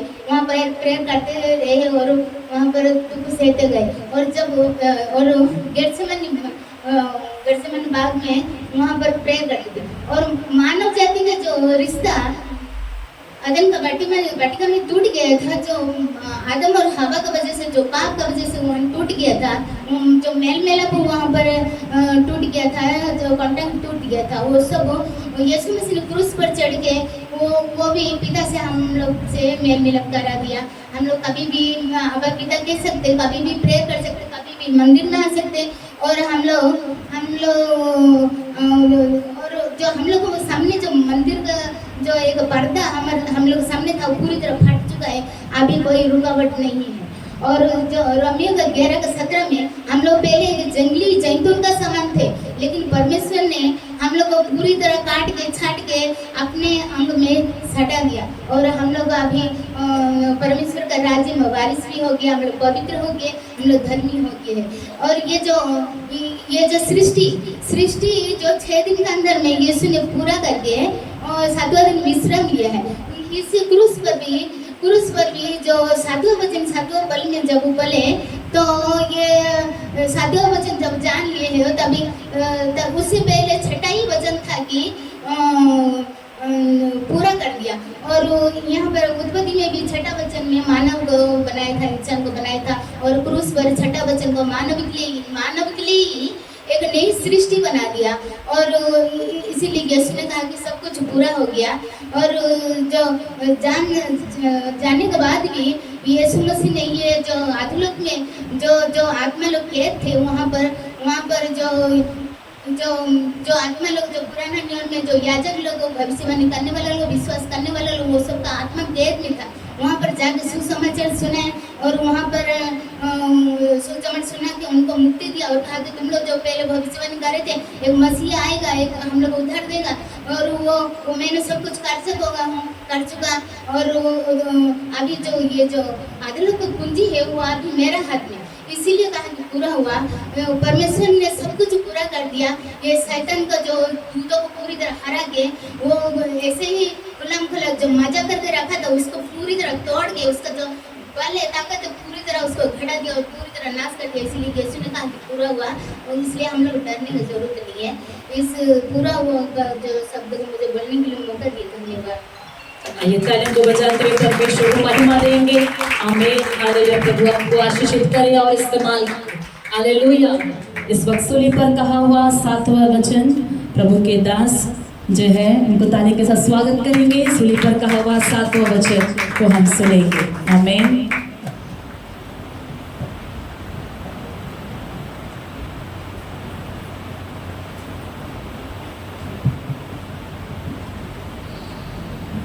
लूका सुसमाचार 23वां अध्याय 23:46। लूक 23:46।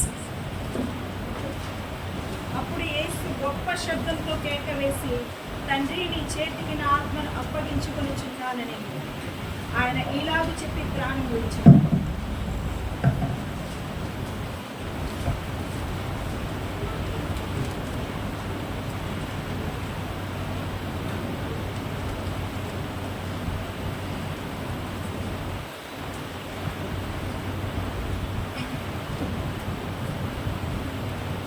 Praise the Lord.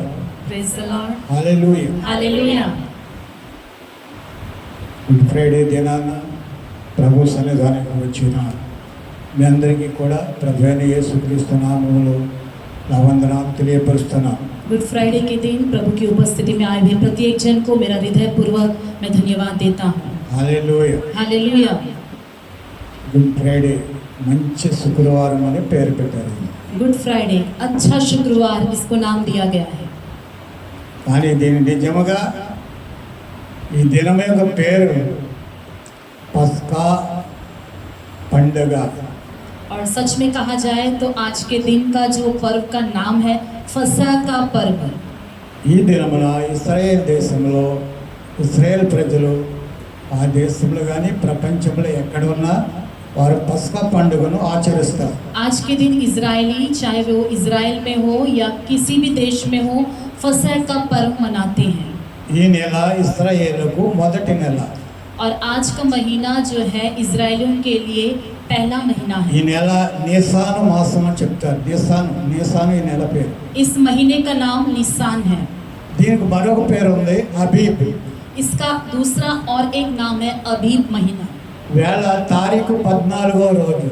और अबीब महीने का आज का तारीख 14वां दिन है उनके लिए। దేవుని స్తోత్రం. హల్లెలూయా. प्रभु की स्तुति हो। हालेलुया। నిసాను మాసము 14వ తారీఖున మీకు పస్కా పండుగ జరుగును అని బైబిల్లో రాయబడి ఉంది. बाइबल में लिखा हुआ है निसान महीने के 14वें दिन को तुम्हारे लिए फसह का पर्व होगा। హల్లెలూయా. हालेलुया। ఈ పండుగను మొట్టమొదటిగా ఇశ్రాయేలీయులు ఐగుప్తు దేశంలో ఆచరించారు. इस फसह को पहली बार इजरायलियों ने मिस्र देश में मनाया। ఈ పండుగ విమోచనానికి సాదృశ్యంగా ఉంది. ये पर्व छुटकारे को दर्शाता है। ఆమేన్. आमीन। హల్లెలూయా. हालेलुया। దేవుని ప్రజలు విమోచింపబడిన దానికి సాదృశ్యం.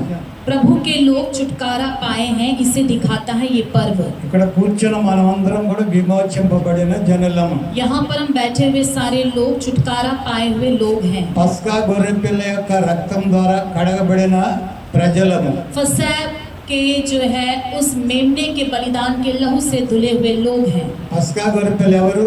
फसह का वह मेमना कौन है? మన ప్రభు అయిన యేసుక్రీస్తు. हमारे प्रभु यीशु मसीह। హల్లెలూయా. हालेलुया। క్రీస్తు అను పస్కా పశువు వధింపబడెనని దేవుని లేఖనంలో వ్రాయబడి ఉంది. और प्रभु के वचन में लिखा है मसीह जो फसह है वह बलिदान हुआ। హల్లెలూయా. हालेलुया। కొరింథీ 5వ అధ్యాయం कुरिन्थियों पहला कुरिन्थियों మొదటి కొరింథీ 5వ అధ్యాయం 7వ వచనం ఉంటుంది. 5वां अध्याय 7वां वचन में रहेगा। క్రీస్తు అను పస్కా పశువు వధించబడెను. मसीह जो हमारा फसह का पशु है बलिदान हुआ। హల్లెలూయా. हालेलुया। 2000 సంవత్సరాల క్రితము బైబిల్లో వ్రాయబడిన ప్రకారముగా ప్రవక్తల యొక్క ప్రవచనాల అనుసారంగా 2000 సంవత్సరాల క్రితము ప్రభు అయిన యేసుక్రీస్తు దేవుని కుమారుడు ఈ లోకానికి వచ్చి మన కొరకు బలియాగమైన దినము. जैसे परमेश्वर के वचन में लिखा है भविष्य वक्ताओं ने भविष्यवाणी की 2000 साल पहले यीशु मसीह फसह के बलि पशु के रूप में हमारे लिए बलिदान हुए। ఆయన యొక్క బలియాగము ద్వారా మనము విమోచింపబడ్డాం. उनके बलिदान के द्वारा हम छुटकारा को पाए। పాపాలకు విమోచన కలిగింది, విముక్తి కలిగింది. पापों से छुटकारा मिला। శరీర వ్యాధులకు స్వస్థత కలిగింది. शारीरिक बीमारियों से चंगाई मिली। సాతాను యొక్క బంధకాలను విడుదల కలిగింది. शैतान के बंधनों से छुटकारा मिला। సాతాను ద్వారా పీడింపబడిన వారు విడుదల పొందారు. शैतान के द्वारा पीड़ित होने वाले लोग छुटकारा को पाए। నరక పాత్రులమైన మనము స్వర్గ పాత్రులమయ్యాం. नरक के भागी थे जो हम अब स्वर्ग के भागी बन गए। మనకు పరలోక రాజ్యాన్ని ప్రభు అనుగ్రహించారు. हमें स्वर्ग राज्य प्रभु यीशु ने दे दिया। ఎందరైతే ఆయన యొక్క బలియాగాన్ని నమ్ముతారో जितने लोग उनके बलिदान को विश्वास करते हैं వారందరికీ కూడా విమోచన ప్రభు అనుగ్రహించారు. उन सबको प्रभु ने छुटकारा दिया। మరణ భయము అటువంటి వారికి లేదు ఇంకా. और ऐसे लोगों को मृत्यु का भय और नहीं है। ఎందుచేతంటే క్రైస్తవునికి మరణం అనే పేరు బైబిల్లో రాయబడలేదు. क्योंकि मसीहों के लिए मृत्यु नामक शब्द का इस्तेमाल बाइबल में नहीं लिखा है। క్రైస్తవులు చనిపోయిన దానిని నిద్ర అని వ్రాయబడింది. मसीह लोग जब मर जाते हैं इसको बाइबल में लिखा है कि वो मसीह में सो रहे हैं। ప్రభునందు నిద్రించిన మృతులు ధన్యులు అని. प्रभु में जो अब सो गए हैं वो धन्य हैं। నిద్రించిన వాడు ఎప్పుడు నిద్రిస్తూనే ఉండడు. जो सोते हैं वो हमेशा सोए हुए नहीं रहते। ఉదయకాలమ లేస్తాడు. सुबह वह जाग उठते हैं। ప్రభులో నిద్రించిన మృతులు ఒక దినంలో లేస్తారు. प्रभु में सोए हुए मुर्दे एक दिन जी उठेंगे। ఆయన వచ్చినప్పుడు ఆయన పిల్లలు లేపబడతారు. जब वो आएंगे तो उनके लोग भी उठाए जाएंगे। ఇదే క్రైస్తవులకు ఉన్నటువంటి ఆదరణ. यही है मसीहों की तसल्ली। హల్లెలూయా. हालेलुया। హల్లెలూయా. हालेलुया। ఇది లోకస్తులకు లేదు. ये दुनिया के लोगों को नहीं है। మనకు ఈ ఆదరణ అనేటువంటి వాక్యంలో ఉన్నవి. हमारे लिए ऐसे तसल्ली भरे वचन है। మనకంటే ముందు మన చనిపోయినటువంటి ప్రభువులో నిద్రించినటువంటి వారందరినీ కూడా ఒకప్పుడు మనము చూస్తామనేటువంటి నిరీక్షణ మనకు ఉన్నది. हमसे पहले जो प्रभु में सो गए हैं उन सब से हम दोबारा मिलेंगे, ये आशा हमारे अंदर है।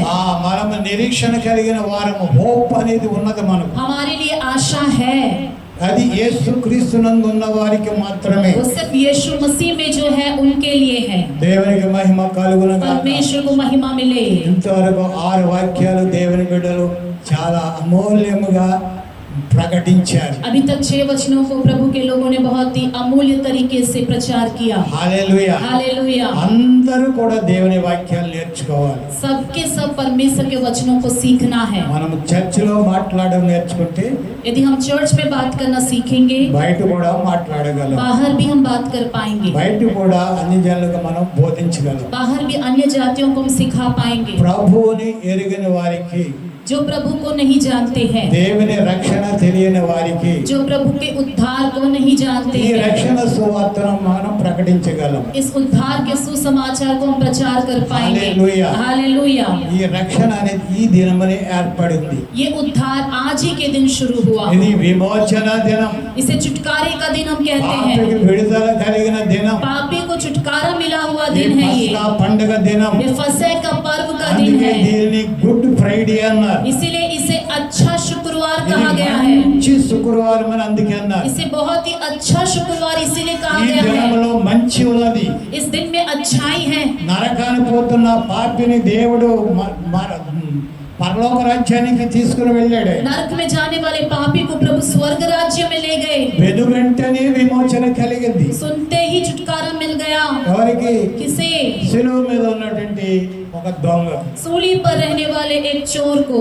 హృదయమందు విశ్వసించిన వెంటనే మనకు రక్షణ దొరుకుతుంది. हृदय में विश्वास करते तुरंत ही उद्धार हमें मिलता है। ఆయన నా పాపాల నిమిత్తము, वह मेरे पापों के निमित्त, నా చెడు కార్యాల నిమిత్తము, मेरे बुरे कार्यों के నా निमित्त, ప్రభు मेरा నా प्रभु పాపాలన్నీ मेरे सारे पापों కల్వరి को శిలువలో ఆయన మోసాడు. कलवरी सूली पर उन्होंने उठा लिया। ప్రపంచంలో ప్రతి ఒక్కరి ప్రతి వాని పాపాలు ఆయన మోసాడు. पृथ्वी पर विश्व भर के पापों को वह उठा लिए। అందుకే ఆయన మోయలేని కాడిని ఆయన మోసాడు. इसलिए ऐसा एक बोझ क्रूस जो उठा नहीं सकते हैं उन्होंने जुआ उठाया। Hallelujah hallelujah hallelujah. हालेलुया। ఇదే శిలువ మీద 7వ కేక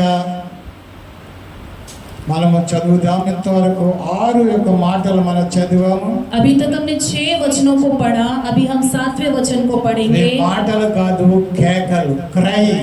ये जो है सूली के वचन नहीं है, ये चिल्लाहट है। శిలువ మీద కేక వేశాడు ఆయన. सूली पर उन्होंने चिल्लाया। హల్లెలూయా. हालेलुया। అప్పుడు యేసు లూకాసు వార్త 23:46 వచనం. लूका सुसमाचार 23वां अध्याय 46वां वचन। అప్పుడు యేసు గొప్ప శబ్దంతో కేక వేసి, और यीशु ने बड़े शब्द से पुकार कर कहा, हे पिता, నీ చేతికి నా ఆత్మను मैं అప్పగించుకుంటున్నాను. अपनी आत्मा तेरे हाथों में सौंपता हूँ। ఇలాగ చెప్పి और यह कहकर ప్రాణం విడిచాడు. प्राण छोड़ दिए। హల్లెలూయా. हालेलुया। ఇదే మాట మత్తయి సువార్త 27వ అధ్యాయము 50వ వచనంలో యేసు మరలా బిగ్గరగా కేక వేసి ప్రాణం విడిచాడు. यही वचन मत्ती सुसमाचार 27वां अध्याय 50 में यीशु मसीह बड़े शब्द से चिल्लाकर प्राण छोड़ दिए। హల్లెలూయా. हालेलुया। ఆయన ప్రాణం విడిచెను. उन्होंने प्राण छोड़ दिया। తండ్రి, నీ చేతికి నా ఆత్మను అప్పగించుకొనుచున్నాను. हे पिता, मैं अपने प्राण तेरे हाथों में सौंपता हूँ। ఆయన ప్రాణాన్ని, ఆయన ఆత్మను తండ్రి చేతికి అప్పగించుకున్నాడు. उन्होंने अपने प्राण को, अपनी आत्मा को पिता के हाथों में सौंप दिया। हालेलुया। हालेलुया। ఆ సమయంలో కొన్ని సంఘటనలు జరిగినవి. और उस पल कुछ घटनाएं घटी। హల్లెలూయా. हालेलुया। మత్తయి సువార్త 27వ అధ్యాయంలో 50 వచనం తర్వాత ఈ సంభవాలన్నీ మనం చూస్తాం. मत्ती सुसमाचार 27वां अध्याय 50 वचन के बाद के सारे वचनों में इन घटनाओं को हम देखते हैं। ఒక్కొక్కటి మనం చూద్దాం. एक एक वचन को हम देखेंगे। అప్పుడు దేవాలయపు తెర పైనుండి క్రింది వరకు రెండుగా చినిగింది. और देखो, मंदिर का पर्दा ऊपर से नीचे तक फटकर 2 टुकड़े हो गया। దేవునికి స్తోత్రం. హల్లెలూయా. प्रभु की स्तुति हो। हालेलुया। దేవాలయానికి 2 తెరలు ఉండేవి. और परमेश्वर के मंदिर के पर्दे होते थे। అంటే మొట్టమొదట ప్రత్యక్ష గుడారంలో మొదటి గుడారానికి ఒక తెర ఉండేది, రెండవ గుడారానికి మరొక తెర ఉండేది. पहले के जो है मंदिर में जो है पहले सामने एक पर्दा होता था, अति पवित्र स्थान में जाने के लिए एक और पर्दा होता था। అలాగే దేవాలయం కట్టిన తర్వాత కూడా 2 భాగాలుగా కట్టారు. और उसके बाद मंदिर का निर्माण भी जब किया गया तो 2 भागों में ही बनाया गया। మొదటి గుడారంలో వెళ్ళేటప్పుడు ఒక తెర ఉంటుంది. पहले भीतर प्रवेश करने से पहले एक पर्दा होता ఆ है। తెర లోపల యాజకులు మాత్రమే వెళ్ళగలరు. उस पर्दे के भीतर केवल याजक ही प्रवेश कर सकते हैं। యాజకులు వెళ్ళి దేవుని ప్రజల కొరకు అక్కడ బలియాగాలు చెల్లించి వచ్చేవారు. याजक भीतर जाते, प्रभु के लोगों के पक्ष में बलिदान चढ़ाकर वापस आते। దాని తర్వాత మరొక తెర ఉన్నది. उसके बाद एक और पर्दा है।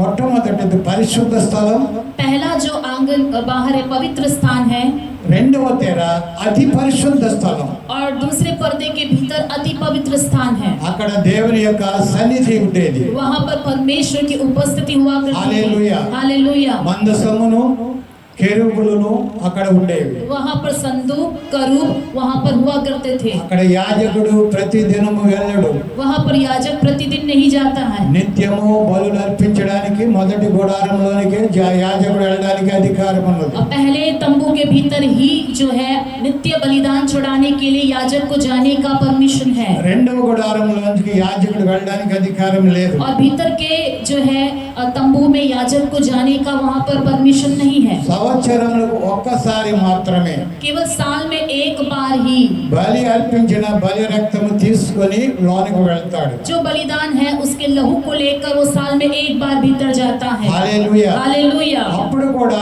యాజకులు వెళ్ళడానికి భయముతో భక్తితో వెళ్ళేవారు. तब भी याजक बड़े डर और भय के साथ ही भीतर जाते.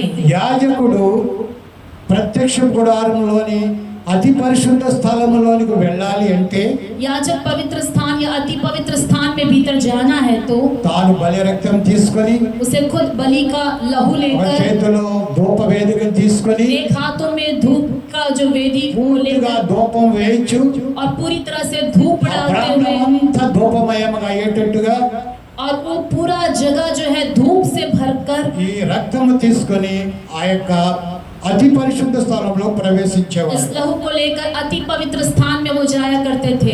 కానీ యాజకుని నడుములకు పట్టి ఉండేది. याजक के कमर में एक पट्टी होता था దానికి ఒక తాడు కడతారు. और उसमें एक रस्सी बंधी हुई ఈ होती తాడు थी పరిశుద్ధ స్థలంలోనికి ఉంటుంది. और ये रस्सी पवित्र स्थान तक लटकता था. అక్కడ యాజకులు ఇతర యాజకులు ఉంటారు. और उस पवित्र स्थान में बाकी याजक भी होते थे. ఒకవేళ अगर అతి పరిశుద్ధ స్థలములో अति पवित्र स्थान में ఈ యాజకుడు ఒకవేళ ఏదైనా లోపం ఉండి ये याजक में कोई कमी होकर ఆ లోపముతో అతి పరిశుద్ధ స్థలంలోనికి యాజకుడు వెళితే और उस कमी से अगर अति पवित्र स्थान में याजक भीतर जाता దేవుని పరిశుద్ధ అతి పరిశుద్ధ స్థలములో ఆ యాజకుడు అక్కడే చనిపోతాడు. परमेश्वर के अति पवित्र स्थान में वह याजक वहीं पर मर जाता. అంత పరిశుద్ధుడైన దేవుడు उतना अति पवित्र परमेश्वर, కొంచెము అపవిత్రత కూడా భరించలేని దేవుడు. थोड़ा भी अशुद्धता व सहन नहीं करने वाला परमेश्वर. అలాంటి పరిశుద్ధుడైన దేవుడు మరొకరు ఎవరు లేరు. और ऐसा पवित्र परमेश्वर दूसरा कोई नहीं है. అయితే అలాగే యాక్సిడెంట్ జరిగితే ఏం చేయాలి? अगर ऐसी कोई दुर्घटना हो जाती है तो क्या అందుకే करना है? యాజకుడికి నడుముకు తాడు కట్టేవారు. इसलिए याजक के कमर पर एक रस्सी बंधी हुई होती थी. ఆ సమయాన్ని బట్టి రాకపోతే अगर समय तक वो नहीं आता है, అక్కడ శబ్దం రాకపోతే अगर वहाँ घंटी की आवाज नहीं आती బయట है, ఉన్నటువంటి యాజకులు ఆయనను తాడు బట్టి లాగేసేవారు. बाहर के याजक रस्सी से उसे खींचकर बाहर निकाल देते. ఇది నియమము. ये था नियम. దేవునికి మహిమ కలుగును గాక. प्रभु को महिमा मिले. హల్లెలూయా. हालेलुया. కనుక దేవుని సన్నిధానకు వెళ్ళడానికి యాజకుడు తప్ప ప్రజలకు ఎటువంటి ఆధిక్యత లేదు. परमेश्वर की उपस्थिति के भीतर जाने का मौका याजक के अलावा దేవుని- प्रजा को नहीं थी. దేవుని ప్రజలందరూ కూడా బయట ఉండవలసిందే.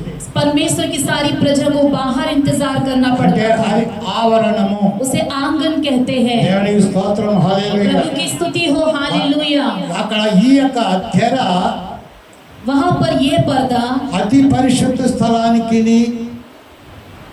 స్థలానికి మధ్యనున్నటువంటి ఆ తెర अति पवित्र स्थान और पवित्र स्थान के बीच में जो पर्दा था, యేసు ప్రభు యొక్క బలియాగము ద్వారా यीशु मसीह के बलिदान के द्वारा, ఆయన విమోచన కార్యము ద్వారా उनके छुटकारे के कार्य के ఆ द्वारा తెర పైనుండి క్రింది వరకు చినిగిపోయింది. वो पर्दा ऊपर से लेकर नीचे तक दो भागों में फट गया. దేవునికి మహిమ కలుగును గాక. परमेश्वर को महिमा मिले. हालेलुया. हालेलुया. ఆ తెర చినిగిపోతే अगर वो पर्दा फट जाता లోపల है, ఏమున్నాయో కూడా బయట ఉన్న వారు చూడగలరు. भीतर क्या रखी गई है वस्तुएं बाहर के लोग देख सकते हैं. దేవుడే ఆ తెరను చింపివేశాడు. परमेश्वर ने ही उस पर्दे को फाड़ दिया. యేసు తన కుమారుని యొక్క బలియాగము ద్వారా अपने पुत्र के बलिदान के द्वारा తండ్రి అయిన దేవుడు పైనుండి క్రిందికి ఆ తెరను पिता చింపివేశాడు. परमेश्वर ने ऊपर से नीचे तक उस पर्दे को फाड़ दिया. హల్లెలూయా. हालेलुया. తన కుమారుని శిలువ రక్తము ద్వారా अपने पुत्र के सूली के लहू के द्वारा విమోచింపబడిన జనాంగం అందరూ కూడా छुटकारे पाए हुए सारे प्रजा అతి పరిశుద్ధ స్థలంలో ప్రవేశించవచ్చు. अति पवित्र स्थान में प्रवेश कर सकते కానీ हैं. యాజకులు కాదు, सिर्फ याजक ही मात्र नहीं, యాజకులైన సంవత్సరం ఒకసారే ప్రవేశించేవారు. याजक भी वहां तो साल में एक बार ही प्रवेश करते ఇప్పుడు थे। ప్రజలందరూ వెళ్ళవచ్చు. अभी सारी प्रजा जा सकती ఏ है, దినమైనా, किसी भी ఏ दिन, సమయమైనా किसी भी समय, అతి పరిశుద్ధ స్థలములో अति पवित्र स्थान అనగా में। దేవుని కలుసుకొనుటకు, इसका अर्थ है कि परमेश्वर से मिलने के लिए, దేవునికి మహిమ కలుగును గాక. परमेश्वर को महिमा मिले। ఈ గొర్రెపిల్ల యొక్క రక్తం తీసుకుని యాజకుడు ఎలాగ వెళ్ళేవాడు? जैसे मेमने के लहू को लेकर याजक अंदर जाता था, యేసయ్య రక్తాన్ని కలిగిన మనము यीशु के लहू को लिए हुए हम ఎప్పుడైనా ప్రవేశించవచ్చు. कभी भी हम प्रवेश कर सकते हैं। మనందరము యాజకులమే. हम सब याजक है। హల్లెలూయా. हालेलूया। అందుకే పేతురు గారు అన్నారు, इसलिए पतरस जी ने మనమందరం कहा, కూడా గొర్రెపిల్ల రక్తం ద్వారా విమోచింపబడిన మనము हम सभी मेमने के लहू से छुटकारा पाए हुए, యాజకులము, రాజులము. हम जो है राजपदधारी याजक మనం है। రాజులైన యాజక సమూహముగా మనము हम చేయబడ్డాము. राजपदधारी याजक का समूह बन गए हैं। హల్లెలూయా. हालेलूया। దేవునికి మహిమ కలుగును గాక. परमेश्वर को महिमा मिले। కనుక విశ్వాసి అయిన యాజకుడు इसलिए विश्वासी याजक को ఏ సమయమందైనా అతి పరిశుద్ధ స్థలంలో ప్రవేశించవచ్చు. किसी भी समय पर वह अति पवित्र स्थान में प्रवेश कर सकता है। అది యేసుక్రీస్తు రక్తం మూలముగానే वो केवल అది यीशु मसीह సాధ్యమైనది. के लहू के द्वारा ही संभव हो पाया। దేవునికి మహిమ కలుగును గాక. परमेश्वर को महिमा मिले। దేవాలయం పైనుండి క్రిందికి చిరిగిపోవడానికి కారణం ఇది. मंदिर का पर्दा ऊपर से नीचे की ओर फट जाने का कारण यही था। రెండవది, दूसरा, భూమి వణకెను. पृथ्वी बड़ा भूकंप ప్రభువును हुआ సిలువ వేసినప్పుడు जब प्रभु को सूली पर डाला ఆయన गया। ఎప్పుడైతే ఆత్మను తండ్రికి जब అప్పగించుకున్నాడు, अपनी आत्मा को उन्होंने पिता के हाथों में सौंप दिया, భూకంపం కలిగింది. धरती ढोल गई, భూమి వణికిపోయింది. धरती ढोल गई, బండలు బ్రద్దలాయను. चट्टाने तड़क गई, అంతేకాదు, ఇతనా హీ నహీ. సమాధులు తెరవబడ్డాయి. कब्रें खुल गई, చనిపోయిన వారి సమాధులన్నీ కూడా मरे हुओं के बहुत सारे कब्र అవి పగిలిపోయి वो फटकर, సమాధుల్లో నుండి పరిశుద్ధుల శరీరాలు లేచాయి. और कब्रों में से पवित्र लोग, बहुत सारे लोग जी उठे। హల్లెలూయా. हालेलूया। యేసు ప్రభు యొక్క విమోచన ద్వారా यीशु मसीह के छुटकारे के द्वारा చనిపోయిన వారి శవాలు లేపబడ్డాయి. मरे हुओं के मुर्दों के शरीर जी उठे, సమాధుల నుండి వారు బయటికి వచ్చారు. कब्रों से वो बाहर निकल आए। వారు వచ్చి పరిశుద్ధ పట్టణంలో ప్రవేశించి वे कब्रों से निकलकर पवित्र नगर में गए। అనేకులకు అగపడ్డారని అక్కడ రాయబడ్డారు. लिखा है कि बहुतों को वो दिखाई दिए। దేవునికి స్తోత్రం. హల్లెలూయా. प्रभु की स्तुति हो। हालेलूया। ఈ సమాధిని భద్రపరుస్తూ ఉన్నారు अभी कब्रों को जो है संभाल कर रख रहे हैं, శతాధిపతి సైనికులు. उनके कब्र की रखवाली कर रहे हैं सैनिक और जो है सेनापति। హల్లెలూయా. हालेलूया। అక్కడ సమాధిని కాదు, యేసయ్య శిలువ దగ్గర ఉన్నారు. यीशु मसीह के सूली के पास है सेनापति, శతాధిపతి సైనికులు, और सेनापति और सैनिक यीशु के ఆయనను सूली के శిలువ पास है। వేసినటువంటి సైనికులు, उनको सूली पर चढ़ाए हुए వారి सैनिक అధిపతి అయిన శతాధిపతి और उनका जो अधिपति है सेनापति అక్కడే ఉన్నారు. वहीं पर है। 54 వచనం ఉంటుంది. देखेंगे 54 वचन మత్తయి में, సువార్త 27:54. मत्ती सुसमाचार 27 का 44। శతాధిపతియు అతనితో కూడా ఉన్న యేసుతో కూడా కావలి ఉన్నవారు కావలి ఉన్నవారు భూకంపమున జరిగిన కార్యములన్నిటిని చూచి భూకంపమును జరిగిన కార్యములన్నిటినీ చూచి భయపడి మిక్కిలి భయపడి నిజముగా ఈయన నిజముగా దేవుని కుమారుడని చెప్పుకున్నారు. तब सूबेदार और जो उसके साथ यीशु का पहरा दे रहे थे भूकंप और जो कुछ हुआ था उसे देखकर अत्यंत डर गए और कहा, सचमुच यह परमेश्वर का पुत्र था। దేవునికి మహిమ కలుగునుగా. परमेश्वर को महिमा मिले। మొట్టమొదటి శిలువ మీద ఉన్న దొంగ నమ్మాడు. सबसे पहले सूली पर जो डाकू था उसने विश्वास किया। ఇవన్నీ జరిగిన తర్వాత శతాధిపతి ఆయనకు కావాలన్న సైనికులు కూడా ఈయన నిజముగా దేవుని కుమారుడు. ये सारी घटनाएं घटने के बाद देखकर सूबेदार उनके साथ जो सैनिक थे, सचमुच यह परमेश्वर का पुत्र है, उन्होंने विश्वास किया। దేవునికి మహిమ కలుగునుగా. परमेश्वर को महिमा मिले। హల్లెలూయా. हालेलूया। ఆయన నిజముగా దేవుని కుమారుడు. वह सचमुच परमेश्वर का ఆయన पुत्र మన है। విమోచన కొరకు ఆయన తండ్రి ద్వారా పంపబడ్డాడు. वह हमारे छुटकारे के लिए पिता के द्वारा भेजा गया। యోహాను సువార్త 19:30 यूहन्ना सुसमाचार 19वां अध्याय 30वां वचन। యేసు ఆ చిరకను పుచ్చుకొని సమాప్తమైనదని చెప్పి తల వంచి ఆత్మను అప్పగించాను. यीशु मसीह ने उस सिरके को लिया और सर झुकाकर कहा, समाप्त हुआ। ఆత్మను అప్పగించాను. तो कहा पूरा हुआ और सिर झुकाकर प्राण त्याग दिया। తండ్రికి ఆయన ఆత్మను అప్పగించుకున్నారు. उन्होंने पिता को अपनी प्राण को सौंप दिया। దేవునికి స్తోత్రం, హల్లెలూయా. प्रभु की स्तुति हो, हालेलुया। ప్రభు అన్నారు, प्रभु ने कहा నా ప్రాణాన్ని ఎవడు కూడా తీసుకోలేడు. मेरे प्राण को कोई मुझसे छीन नहीं सकता। హల్లెలూయా. हालेलुया। నా ప్రాణాన్ని నేనే పెడుతున్నాను. मैं अपने प्राण को खुद दे रहा हूँ। గొర్రెల కొరకు అంటే ఈ ప్రజల కొరకు నా ప్రాణాన్ని నేనే పెడుతున్నాను. भेड़ों के लिए मैं अपना प्राण देता हूँ, यानी लोगों के लिए मैं अपना प्राण दे रहा हूँ। హల్లెలూయా. हालेलुया। యోహాను సువార్త 10:17-18 వచనాలు చూద్దాం. यूहन्ना सुसमाचार 10वां अध्याय నేను దానిని 17-18। మరలా తీసుకుంటకును నా ప్రాణము పెట్టుచున్నాను. ఇందువల్లనే నా తండ్రి पिता इसलिए मुझसे प्रेम रखता है कि मैं अपना प्राण देता हूँ कि उससे फिर ले लूं। ఆయన ప్రాణాన్ని ఆయనే పెట్టారు. उन्होंने ही अपना प्राण दे दिया। ఆయన పెట్టడానికి ఆయనకు అధికారం ఉంది, प्राण देने का उनको अधिकार తిరిగి है, తీసుకోవడానికి కూడా ఆయనకు అధికారం उसे ఉంది. वापस ले लेने का भी अधिकार है।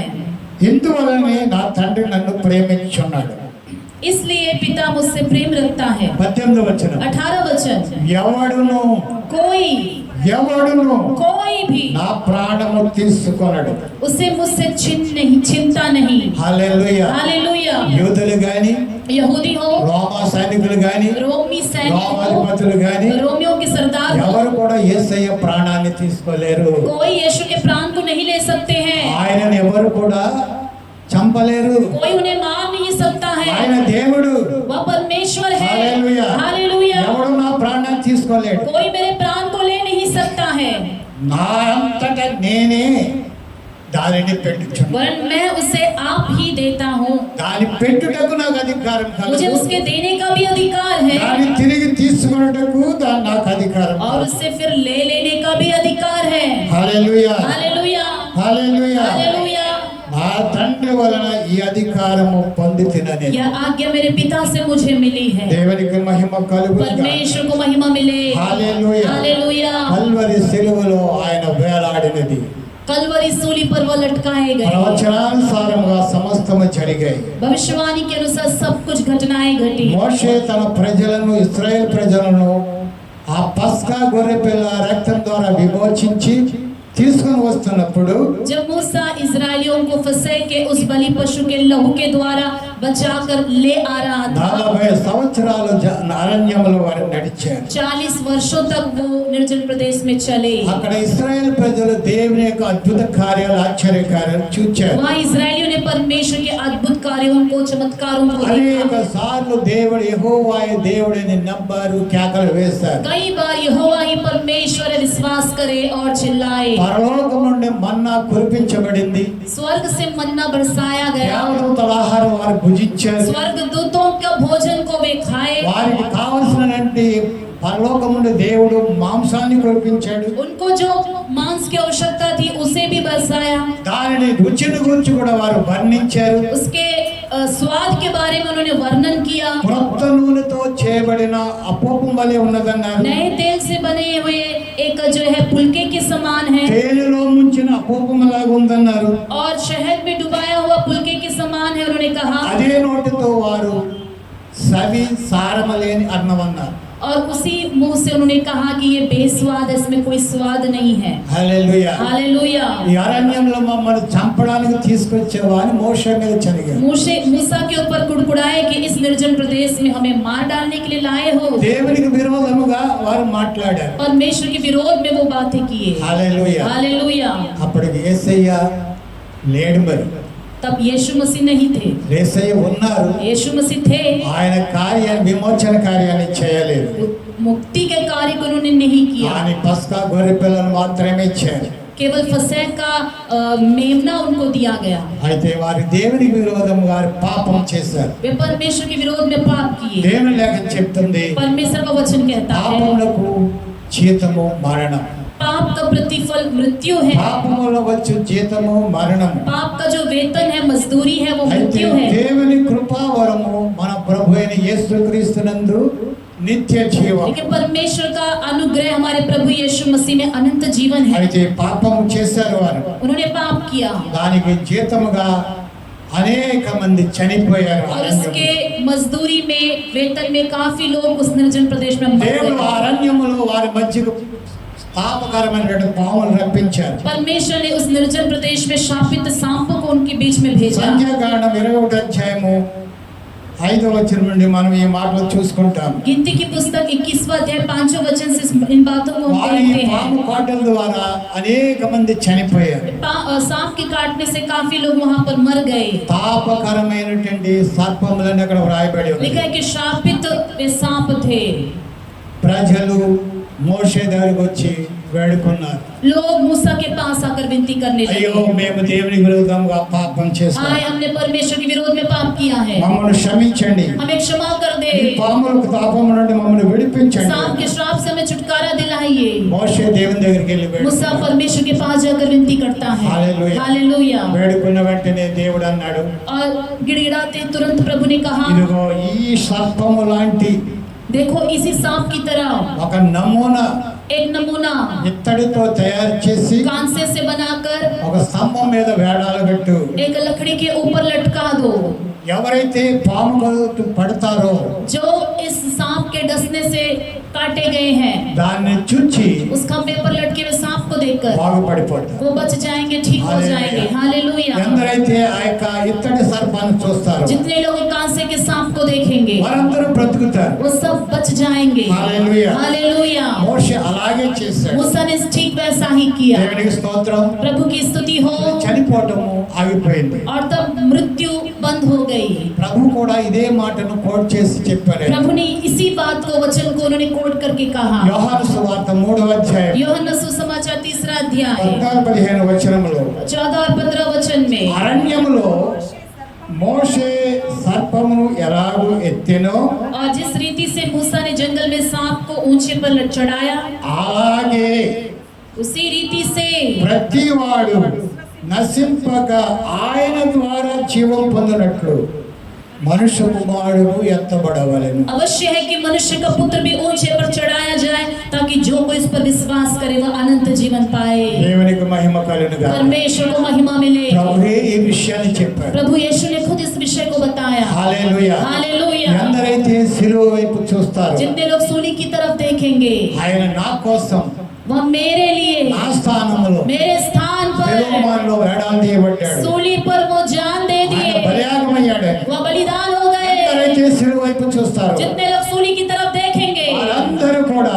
वे सब के सब, ఎటువంటి విషసర్పము గాని సాతాను యొక్క కాటు పడ్డటువంటి ప్రతి జనము కూడా విమోచింపబడతారు. कितने भी कैसे भी जहरीला सांप और शैतान के द्वारा काटे गए हैं, वे सारे लोग बचाए जाएंगे। ఆదాము మొదలుకొని आदम से लेकर యేసు ప్రభు శిలువ వేయబడే వరకు यीशु मसीह सूली चढ़ाए जाने के ఆ दिन యొక్క तक సాతాను యొక్క కాటు शैतान के डंक डसने से దాని ద్వారా అనేకులు చనిపోయారు. कितने लोग मर गए, వారికి విమోచన దొరకలేదు. उनको छुटकारा नहीं मिला। తాత్కాలికమైనటువంటి గొర్రెపిల్ల పస్కా బలి ద్వారా వారికి విమోచన కలిగింది. तात्कालिक उस पशु फसह के उस मेमने के द्वारा उनको छुटकारा मिला, సంపూర్ణమైనటువంటి విమోచన వారికి కలగలేదు. परिपूर्ण छुटकारा उनको नहीं मिला। యేసు ప్రభు వచ్చిన తర్వాతే పరిపూర్ణమైన విమోచన यीशु కలిగింది. मसीह आने के बाद ही संपूर्ण छुटकारा लोगों को ఆయన मिला। మన కోసం ఆయన బలియాగమయ్యాడు. हमारे लिए वो बलिदान हो गए। ఎందరైతే యేసును అంగీకరిస్తారో जितने लोग यीशु को अंगीकार करेंगे, వారందరికీ కూడా విమోచన उन కలుగుతుంది. सबको छुटकारा मिलेगा। ఎందుచేతనంటే क्यों? దేవుడే పంపించాడు ఆయన. क्योंकि परमेश्वर ने उनको भेजा। దేవుడు లోకమును ఎంతో ప్రేమించాడు. परमेश्वर ने जगत से ऐसा प्रेम ఆయన रखा, తన అద్వితీయ కుమారునిగా పుట్టిన వాని యందు విశ్వాసముంచు ప్రతివాడు నశింపక నిత్య జీవం పొందినట్లుగా ఆయనను అనుగ్రహించాడు. जो कोई उस इकलौते पुत्र पर विश्वास करेगा वह नाश नहीं होगा परंतु अनंत जीवन पाएगा। హల్లెలూయా. हालेलुया। హల్లెలూయా. हालेलुया। దేవునికి మహిమ కలుగునుగా. परमेश्वर को महिमा मिले। అందుకే అపోస్తలుడైన పౌలు రోమాపత్రిక 8వ అధ్యాయం 4వ వచనములో इसलिए प्रेरित पौलुस रोमियों की पत्रिका 8वां अध्याय 4वां वचन में वह कहता है, పాప పరిహారము నిమిత్తము पाप के छुटकारे के निमित्त దేవుడు తన సొంత కుమారుని పంపాడు. परमेश्वर ने अपने निज पुत्र को भेज दिया। పాప పరిహారము లేక అనేకులు నరకానికి వెళ్ళిపోతున్నారు. पाप का प्रायश्चित प्रायश्चित के बिना कई लोग नरक में जा रहे हैं। అందుకే దేవుడు ఎంతో ప్రేమించాడు. इसलिए परमेश्वर ने कितना प्रेम ఆయన किया, ప్రేమ उनका प्रेम తన ప్రియ కుమారుడు ఏకైక కుమారుడిని उनके एकलौते प्रिय पुत्र को, చనిపోతున్న నా స్థానంలో మీ స్థానంలో मरने वाले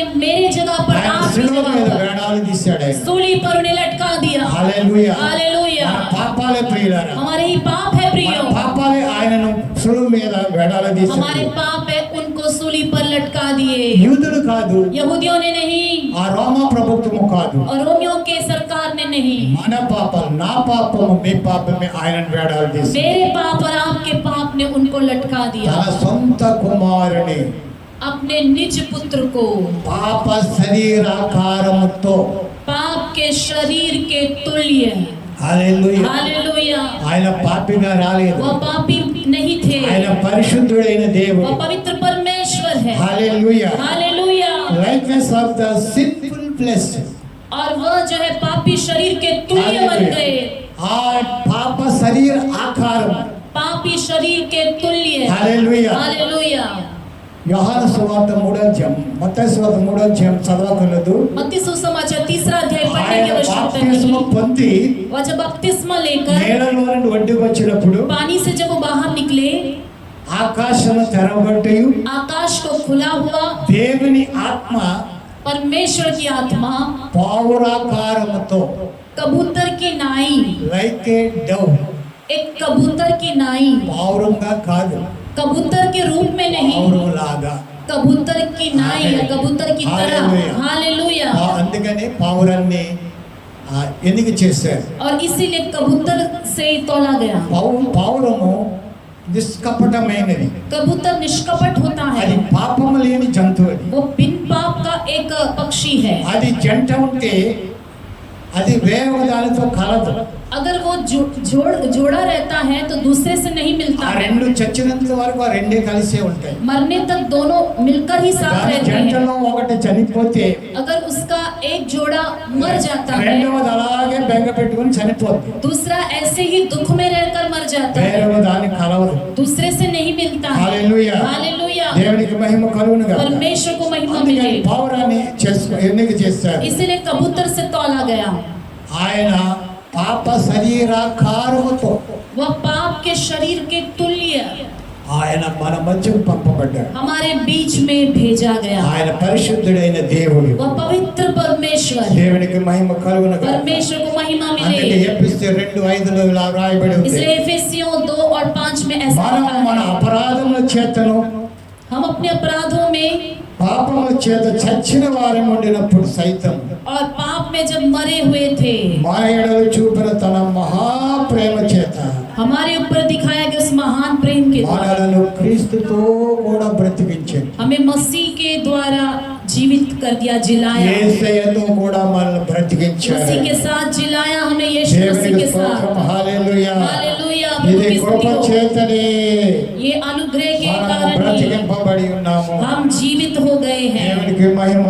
परमेश्वर को महिमा मिले। हालेलुया। हालेलुया। దేవునికి మహిమ కలుగును గాక. परमेश्वर को महिमा मिले। అమూల్యమైన రక్తం చేత, నిర్దోషమైన నిష్కలంకమైన గొర్రెపిల్ల వంటి రక్తం చేత విమోచింపబడ్డా. अमूल्य लहू के द्वारा, निर्दोष निष्कलंक मेमने के लहू के द्वारा हम धुले हैं। ఆమేన్. आमीन। హల్లెలూయా. हालेलुया। ప్రేమైన దేవుని బిడ్డలారా, प्रिय परमेश्वर के लोगों, 12 గంటలైంది. अभी दिन के 12 बजे हैं। ఆయన సిలువ ఎప్పుడు వేయబడ్డాడు తెలుసా? आपको पता है सूली पर वो कब चढ़ाए गए? ఇప్పటికప్పుడే 3 గంటల నుండి ప్రభు సిలువ మీదే ఉన్నాడు. अभी तक तो 3 घंटों से प्रभु यीशु सूली पर ही है। 9 గంటలకు సిలువ వేయబడినని 9 बजे लिखा है कि सूली पर उनको चढ़ाया गया। హల్లెలూయా. हालेलुया। దేవునికి మహిమ కలుగును గాక. परमेश्वर को महिमा मिले।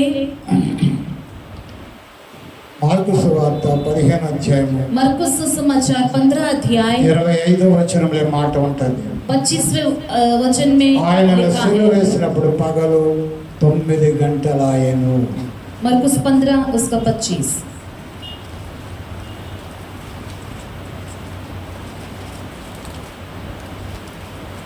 ఆయనను సిలువ వేసినప్పుడు పగలు 9 గంటలాయెను. और एक पहर दिन चढ़ आया था जब उन्होंने उसको क्रूस पर चढ़ाया। హల్లెలూయా. हालेलुया।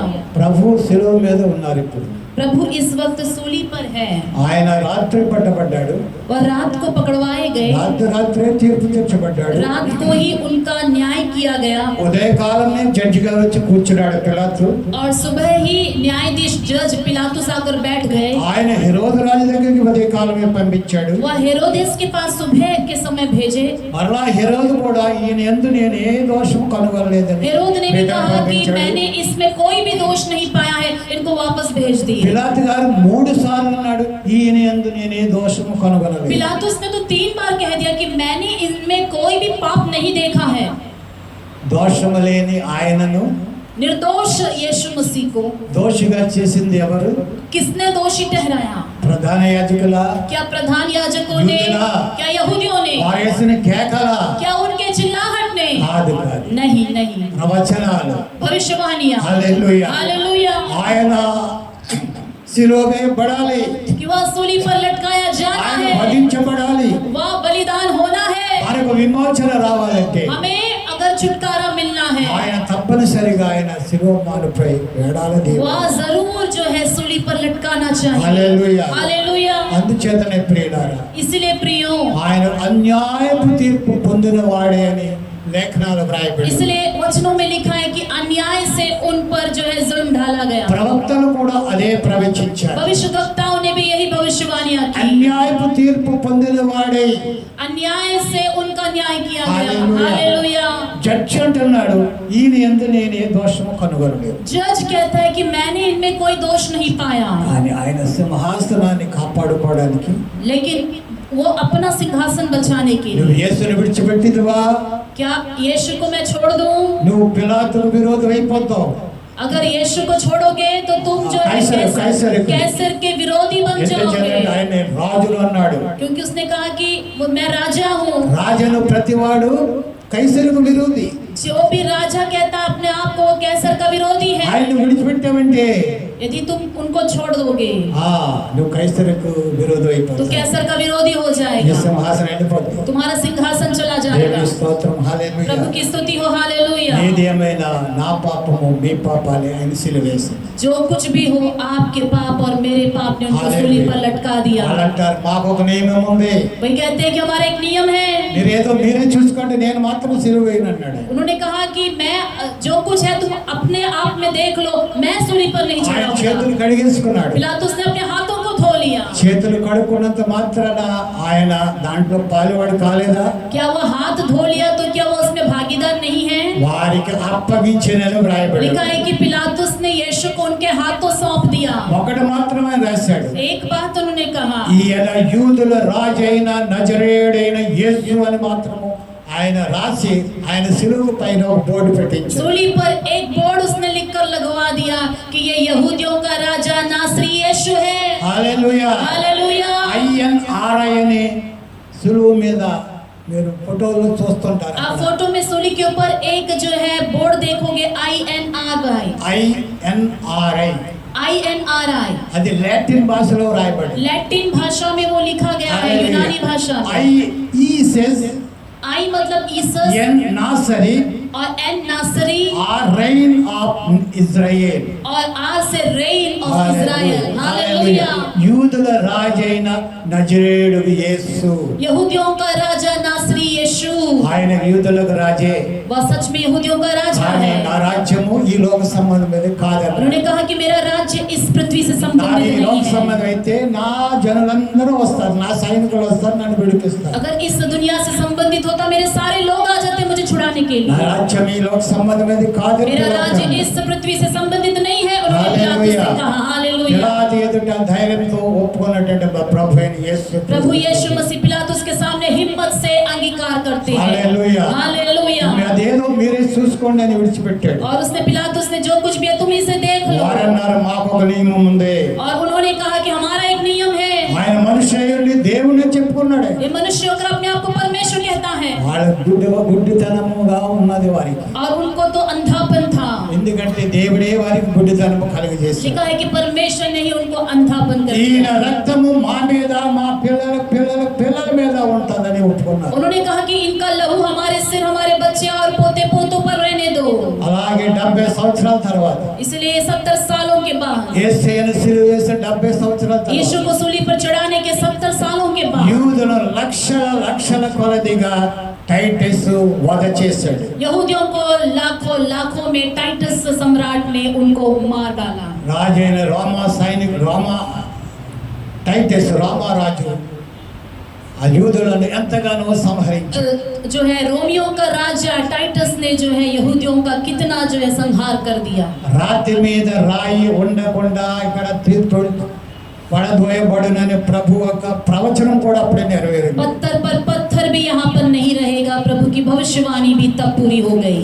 వారు కట్టినటువంటి 46 సంవత్సరాలు కట్టినటువంటి దేవాలయం उनके हाथों बांधा गया 46 साल लगे जो प्रभु का भवन था, టైటస్ కూల్చివేశాడు. टाइटस ने उसे गिरा दिया। అది చాలా అమూల్యమైన రాళ్లతో కట్టబడినది. अमूल्य पत्थरों से बनाया गया ఆ था। రాళ్ళని కూడా రోమ్ తీసుకుపోయాడు. वो सारे पत्थरों को रोम ले चला गया। రాతి మీద రాయి ఉండదని ప్రభు చెప్పాడు. प्रभु ने कहा था पत्थर पर पत्थर भी नहीं रहेगा, రాళ్ళు కూడా మిగలలేదు, पत्थर भी नहीं बचे, బంగారం మిగలలేదు.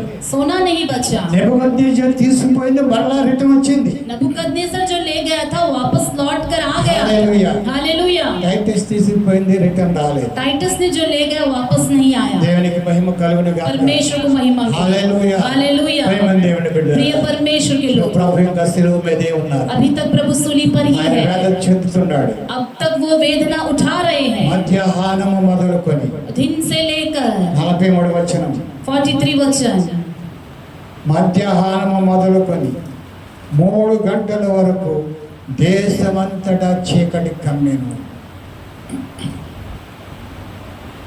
మన ప్రభువును మత్తయి సువార్త 27:43 मत्ती सुसमाचार 27:43। 12 గంటలు ఇప్పటి నుండి 3 గంటల వరకు కూడా దేశమంతా చీకటి అయిపోయింది. और जो है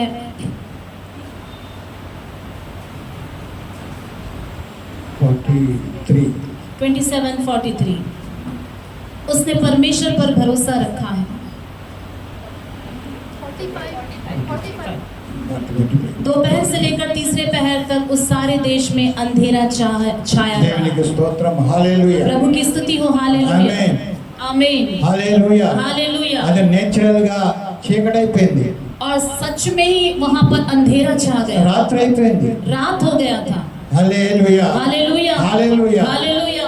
భూమికి ఆకాశానికి సృష్టికర్త అయిన దేవుడు आकाश और पृथ्वी का सृष्टिकर्ता परमेश्वर ఆయన తన ఆత్మను అప్పగించిన వెంటనే जब वो अपनी आत्मा को सौंपा तुरंत ही సృష్టి తన పని చేయడము మానివేసింది. सृष्टि ने अपना काम करना बंद कर दिया। సూర్యుడు తన వెలుగునివ్వడం మానేశాడు. सूर्य ने अपना प्रकाश देना बंद कर భూమి दिया తిరగడం కూడా ఆగిపోయింది. और पृथ्वी घूमना बंद कर భూమి दी। గజగజ వణికిపోయింది. पृथ्वी धरती पूरी ढोल गई కొండలన్నీ బద్దలాసిపోయినాయి. और पर्वतें जो है टूटने लगी, పర్వత ఆ సమాధులన్నీ తెరవబడ్డాయి. कब्र सारे खुलने लग गए। హల్లెలూయా. हालेलुया।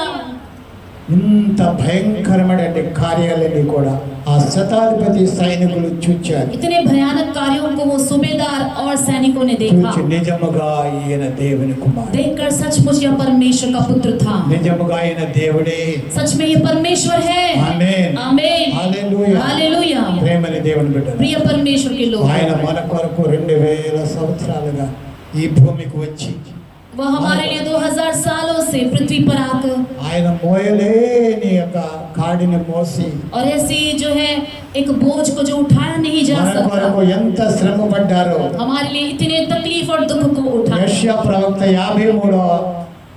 53 అధ్యాయంలో ఆయన వివరించలేకపోతున్నాడు. यशायाह के 53वां अध्याय में वो विवरण नहीं कर पा रहा है ఆయన చూడలేమన్నారే, और कहता है कि मैं उन्हें देख नहीं सकता, ఆయన ముఖము చూడలేము అంటున్నాడు. उनके चेहरे को हम देख नहीं ఆయన सकते, వీపు నాగడి చాళ్ళలాగా దున్నబడ్డది उनका అంటున్నాడు. पीठ जैसे जो है बैल जो है रोंदते हैं, हल से जुताई होती है ఆయన वैसा ఎవరు जुताई, కూడా గుర్తుపట్టలేని స్థితి అయిపోయింది. कोई उन्हें पहचान नहीं सकता, ऐसा उनका चेहरा అలా होगा। కాడానికి నా పాపము మీ పాపాలే ప్రియులారా. ऐसा होने के लिए आपके पाप और मेरे पाप है प्रिय। ఆయన ఎంత చేసిన ఆ యొక్క శిలువ యాగాన్ని మనం ఎప్పుడు కూడా తలంచుకుంటూ ఉండాలి.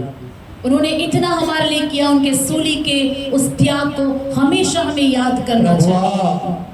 నా కోసం నీవు ఎంత శ్రమ పొందావునైనా, प्रभु आप मेरे लिए इतना कितना जो है आपने तकलीफ उठाया। నరకపాత్రుడైన నన్ను విమోచించడానికి प्रभु नरक का भागीदार मुझे छुटकारा देने के लिए నీవు నా స్థానంలో నీవు శిక్షణ అనుభవించావు తండ్రి. मेरे स्थान पर आप दंड उठा लिए प्रभु। ఎప్పుడు కూడా ప్రభు యొక్క సిలువను మనం ధ్యానం చేయాలి. हमेशा में उनकी सूली का ध्यान करना है प्रियो। గుడ్ ఫ్రైడే దినమున మాత్రమే కాదు, सिर्फ इस गुड फ्राइडे के दिन ही नहीं, అనుదినము ఆయన సిలువనెత్తుకొని ప్రభువే చెప్పాడు, నన్ను వెంబడించేవాడు నా సిలువనెత్తుకొని నన్ను వెంబడించేవాడు. प्रभु की सूली को प्रतिदिन उठाना है। जैसे प्रभु ने कहा कि जो मेरे पीछे होना चाहे वो मेरी सूली को उठाए। సిలువనెత్తుకొనుట అనగా మెడలో ఏదో సిలువను వేసుకోవడం కాదు, सूली को उठाने का अर्थ गले पर सूली, गले में सूली पहनना नहीं है, లేకపోతే ఒక సిలువను చేసుకొని భుజం మీద పెట్టుకొని నడవడం కాదు. या एक सूली को बनाकर कंधे पर लेकर चलना नहीं। సిలువ అనగా సిలువ శ్రమలు. सूली यानी सूली के संकट या तकलीफ। యేసయ్య నిమిత్తము ఎన్ని శ్రమలు వచ్చినా వెనుతిరగని నడక. यीशु के लिए कितने भी तकलीफ आए पीछे ना मुड़ने वाला వెనక్కి चाल, తిరిగి చూడకుండా ఆయనను వెంబడించడమే पीछे मुड़कर ना देखना, केवल उनके पीछे चलना, यही है सूली को उठाना। హల్లెలూయా. हालेलुया। ఆ సిలువను ఇతరులకు మనం చెప్పాలి. उस सूली के बारे में दूसरों को बताना है। ఆ సిలువ యందే విమోచన ఉన్నది, उसी सूली में छुटकारा ఆ है, సిలువ యందే స్వస్థత ఉన్నది. उसी सूली में ही हमें चंगाई है। యేసు పొందిన గాయాల ద్వారా మనకు స్వస్థత కలుగుతుంది. यीशु के पाए हुए घावों में हमें छुटकारा चंगाई ఆయన मिलती మన है। ప్రతి పాపమును కడిగి మనల్ని పరిశుద్ధులుగా చేస్తున్నాడు. वह हमारे सारे पापों को धोकर हमें पवित्र कर देते हैं। యేసుక్రీస్తు రక్తము ప్రతి పాపము నుండి మనల్ని విడిపిస్తుంది ప్రియులారా. प्रियो, यीशु मसीह का लहू हमें सारे पापों से शुद्ध करता है। हालेलुया. Hallelujah, hallelujah. हालेलुया। ఆ సిలువను జ్ఞాపకం उस చేసుకుందాం. सूली को हम याद करेंगे प्रियो। అయితే యేసయ్య ఆయన యొక్క పస్కాను ఆచరించారు. जैसे यीशु मसीह का फसह को उन्होंने मनाया। ఇదిగో మీతో కలిసి ఈ ఆఖరి పస్కాను నేను భుజిస్తాను అన్నాడు ఆయన. यीशु ने कहा कि मैं तुम्हारे साथ मिलकर ये आखिरी फसह मना रहा हूँ। యేసయ్య మన కొరకు పస్కా బలిగా ఆ పశువుగా అయిపోయాడు. यीशु मसीह हमारे लिए फसह का बलि पशु बन गए। మీరు నా శరీరము తిని నా రక్తము త్రాగితేనే మీరు నిత్య జీవము గలవారు అవుతారు. उन्होंने कहा कि तुम मेरा लहू पियोगे और मेरा शरीर खाओगे तब तुम्हारे अंदर अनंत जीवन ఆయన रहेगा। మన పాపాల కొరకు బలియాగం అవటమే కాదు वो हमारे लिए पापों के लिए बलिदान होना ही नहीं प्रिय, ఆయన శరీరమును ఆయన రక్తమును మనకు ఆహారముగా ఇచ్చేశారు. उन्होंने अपने शरीर को और जो है लहू को हमारे लिए भोजन के रूप में दे दिया। అదే పస్కా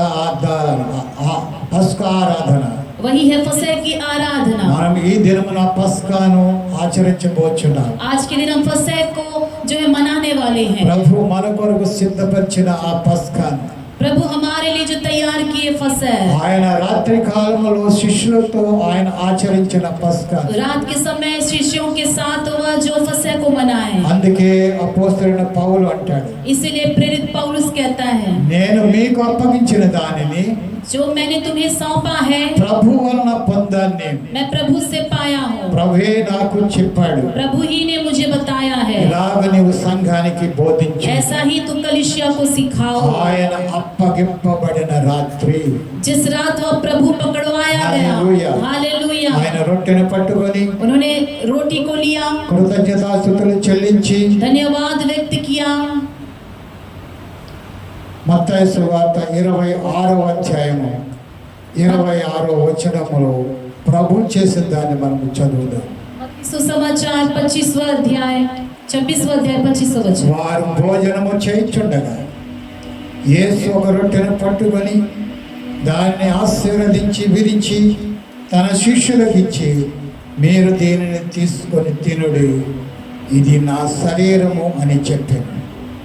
మరి ఆయన గిన్నె పట్టుకొని కృతజ్ఞతాస్తుతులు చెల్లించి దానిని వారికిచ్చి, దీనిలోనిది మీరందరూ త్రాగుడి, ఇది నా రక్తము, అనగా పాప క్షమాపణ నిమిత్తము అనేకుల కొరకు చిందింపబడుచున్న నిబంధన రక్తము. आमीन। నా తండ్రి రాజ్యములో మీతో కూడా నేను ఈ ద్రాక్షారసము క్రొత్తదిగా త్రాగు దినం వరకు ఇకను దాన్ని త్రాగని మీతో చెప్పుచున్నాను నేను. అంతటా వారు కీర్తన పాడి ఒలీవల కొండకు వెళ్ళిరి. దేవునికి మహిమ కలుగునగా. परमेश्वर को महिमा मिले। ప్రియమైన దేవుని బిడ్డలారా, प्रिय परमेश्वर के लोग, ప్రభు ఆచరించిన రాత్రి ఆచరించిన ఈ పస్కాను మనము కూడా ప్రభు రాజ్యంలో ఆయనతో కలిసి ఆచరిస్తాం. प्रभु उस रात को जो शिष्यों के साथ मिलकर फसह को मनाए थे, प्रभु के राज्य में हम उनके साथ इस फसह को मनाएंगे। ఆయన చెప్పారు, उन्होंने कहा, నా తండ్రి రాజ్యంలో मेरे पिता के घर में మీతో కూడా आपके साथ मिलकर, మనందరితో కలిసి हमारे साथ मिलकर ఆయన ఈ పస్కాను ఆచరిస్తారు. वह इस फसह को मनाएंगे। దేవునికి మహిమ కలుగును. परमेश्वर को महिमा मिले। ఆయన వచ్చే వరకు उनके आने तक ఆయనకు నమ్మకంగా ఉందాం, उनके साथ विश्वास योग्य जीवन जिएंगे, పరిశుద్ధముగా ఉందాం, पवित्र रहेंगे, పరిశుద్ధముగా ఆయన శరీరంలో రక్తంలో పాలు పొందుదాం. पवित्रता से उनके शरीर और लहू में भागीदार నా होंगे। శరీరము తిని నా రక్తము త్రాగువాడి నిత్య జీవము కలవాడు. जो मेरा शरीर खाता है, लहू पीता, उसमें अनंत जीवन है। ఎవరైతే బాప్తిస్మం పొందలేదో, ఎవరైతే ప్రభువును రక్షకునిగా స్వీకరించలేదో వారు ప్రభు యొక్క శరీరంలో రక్తంలో పాలు పంపులు పొందలేరు. जिन्होंने बपतिस्मा नहीं लिया है, अभी तक प्रभु को उद्धारकर्ता ग्रहण नहीं किया, वे शरीर और लहू में भागीदार नहीं हो सकते हैं। అయితే ఆయన శరీరంలో రక్తంలో పాలు పంపులు పొందాలంటే యేసు ప్రభువును సొంత రక్షకునిగా అంగీకరించాలి. उनके शरीर और लहू में भागीदार होना है तो यीशु मसीह को अपना उद्धारकर्ता के रूप में ग्रहण करना है। హల్లెలూయా, हालेलुया, హల్లెలూయా. हालेलुया। నా శరీరము తిని నా రక్తము త్రాగువాడు जो मेरा शरीर खाता है, लहू पीता है, వాడే నిత్య జీవము గలవాడు. वो उसमें अनंत जीवन है। చనిపోయినా కూడా वो मर भी जाए, అంత్య దినములో अंत के दिन మన శరీరాలు లేపబడతాయి. हमारे शरीर दोबारा जी उठेंगे। దేవునికి మహిమ కలుగునుగా. प्रभु को महिमा मिले। ప్రభు వచ్చినప్పుడు, जब प्रभु आएंगे, ఆయన సిలువ వేయబడినప్పుడు సమాధులు ఎలా తెరవబడ్డాయో, उनके सूली चढ़ाते वक्त जैसे कब्र खुल गए, ఆయన వచ్చినప్పుడు जब वो आएंगे, హల్లెలూయా, हालेलुया, పరిశుద్ధుల సమాధులు తెరవబడతాయి. पवित्रों के कब्र खुल जाएंगे। హల్లెలూయా. हालेलुया। అనేకులు పట్టణాల్లోకి వెళ్ళరు, అనేకులు కనబడరప్పుడు तब बहुत लोगों को नगर में जाकर दिखाई नहीं पड़ेंगे। మహిమ శరీరం ధరించుకుని ప్రభువుని ఎదుర్కొనడానికి ఆకాశ మండలం మీద కొనుకోబడతారు. महिमा शरीर को धारण करके स्वर्ग में प्रभु से मिलने के लिए उठा लिए जाएंगे। హల్లెలూయా. हालेलुया। దేవునికి మహిమ కలుగును గాక. परमेश्वर को महिमा। ఈ సమయంలో మనం సిద్ధపడదాం. इस समय हम सभी तैयार होंगे। నా శరీరం తిని నా రక్తము త్రాగువాడు నేను వచ్చే వరకు నా మరణాన్ని ప్రచురించెదరు. आमीन। हालेलुया। ఆయన మరణాన్ని మనం ప్రచురించే వారిగా ఉందుముగాక. उनके मृत्यु का प्रचार करने वालों की तरह रहे। మనం ప్రభు శరీరం కొరకు మనం సిద్ధపడదాం.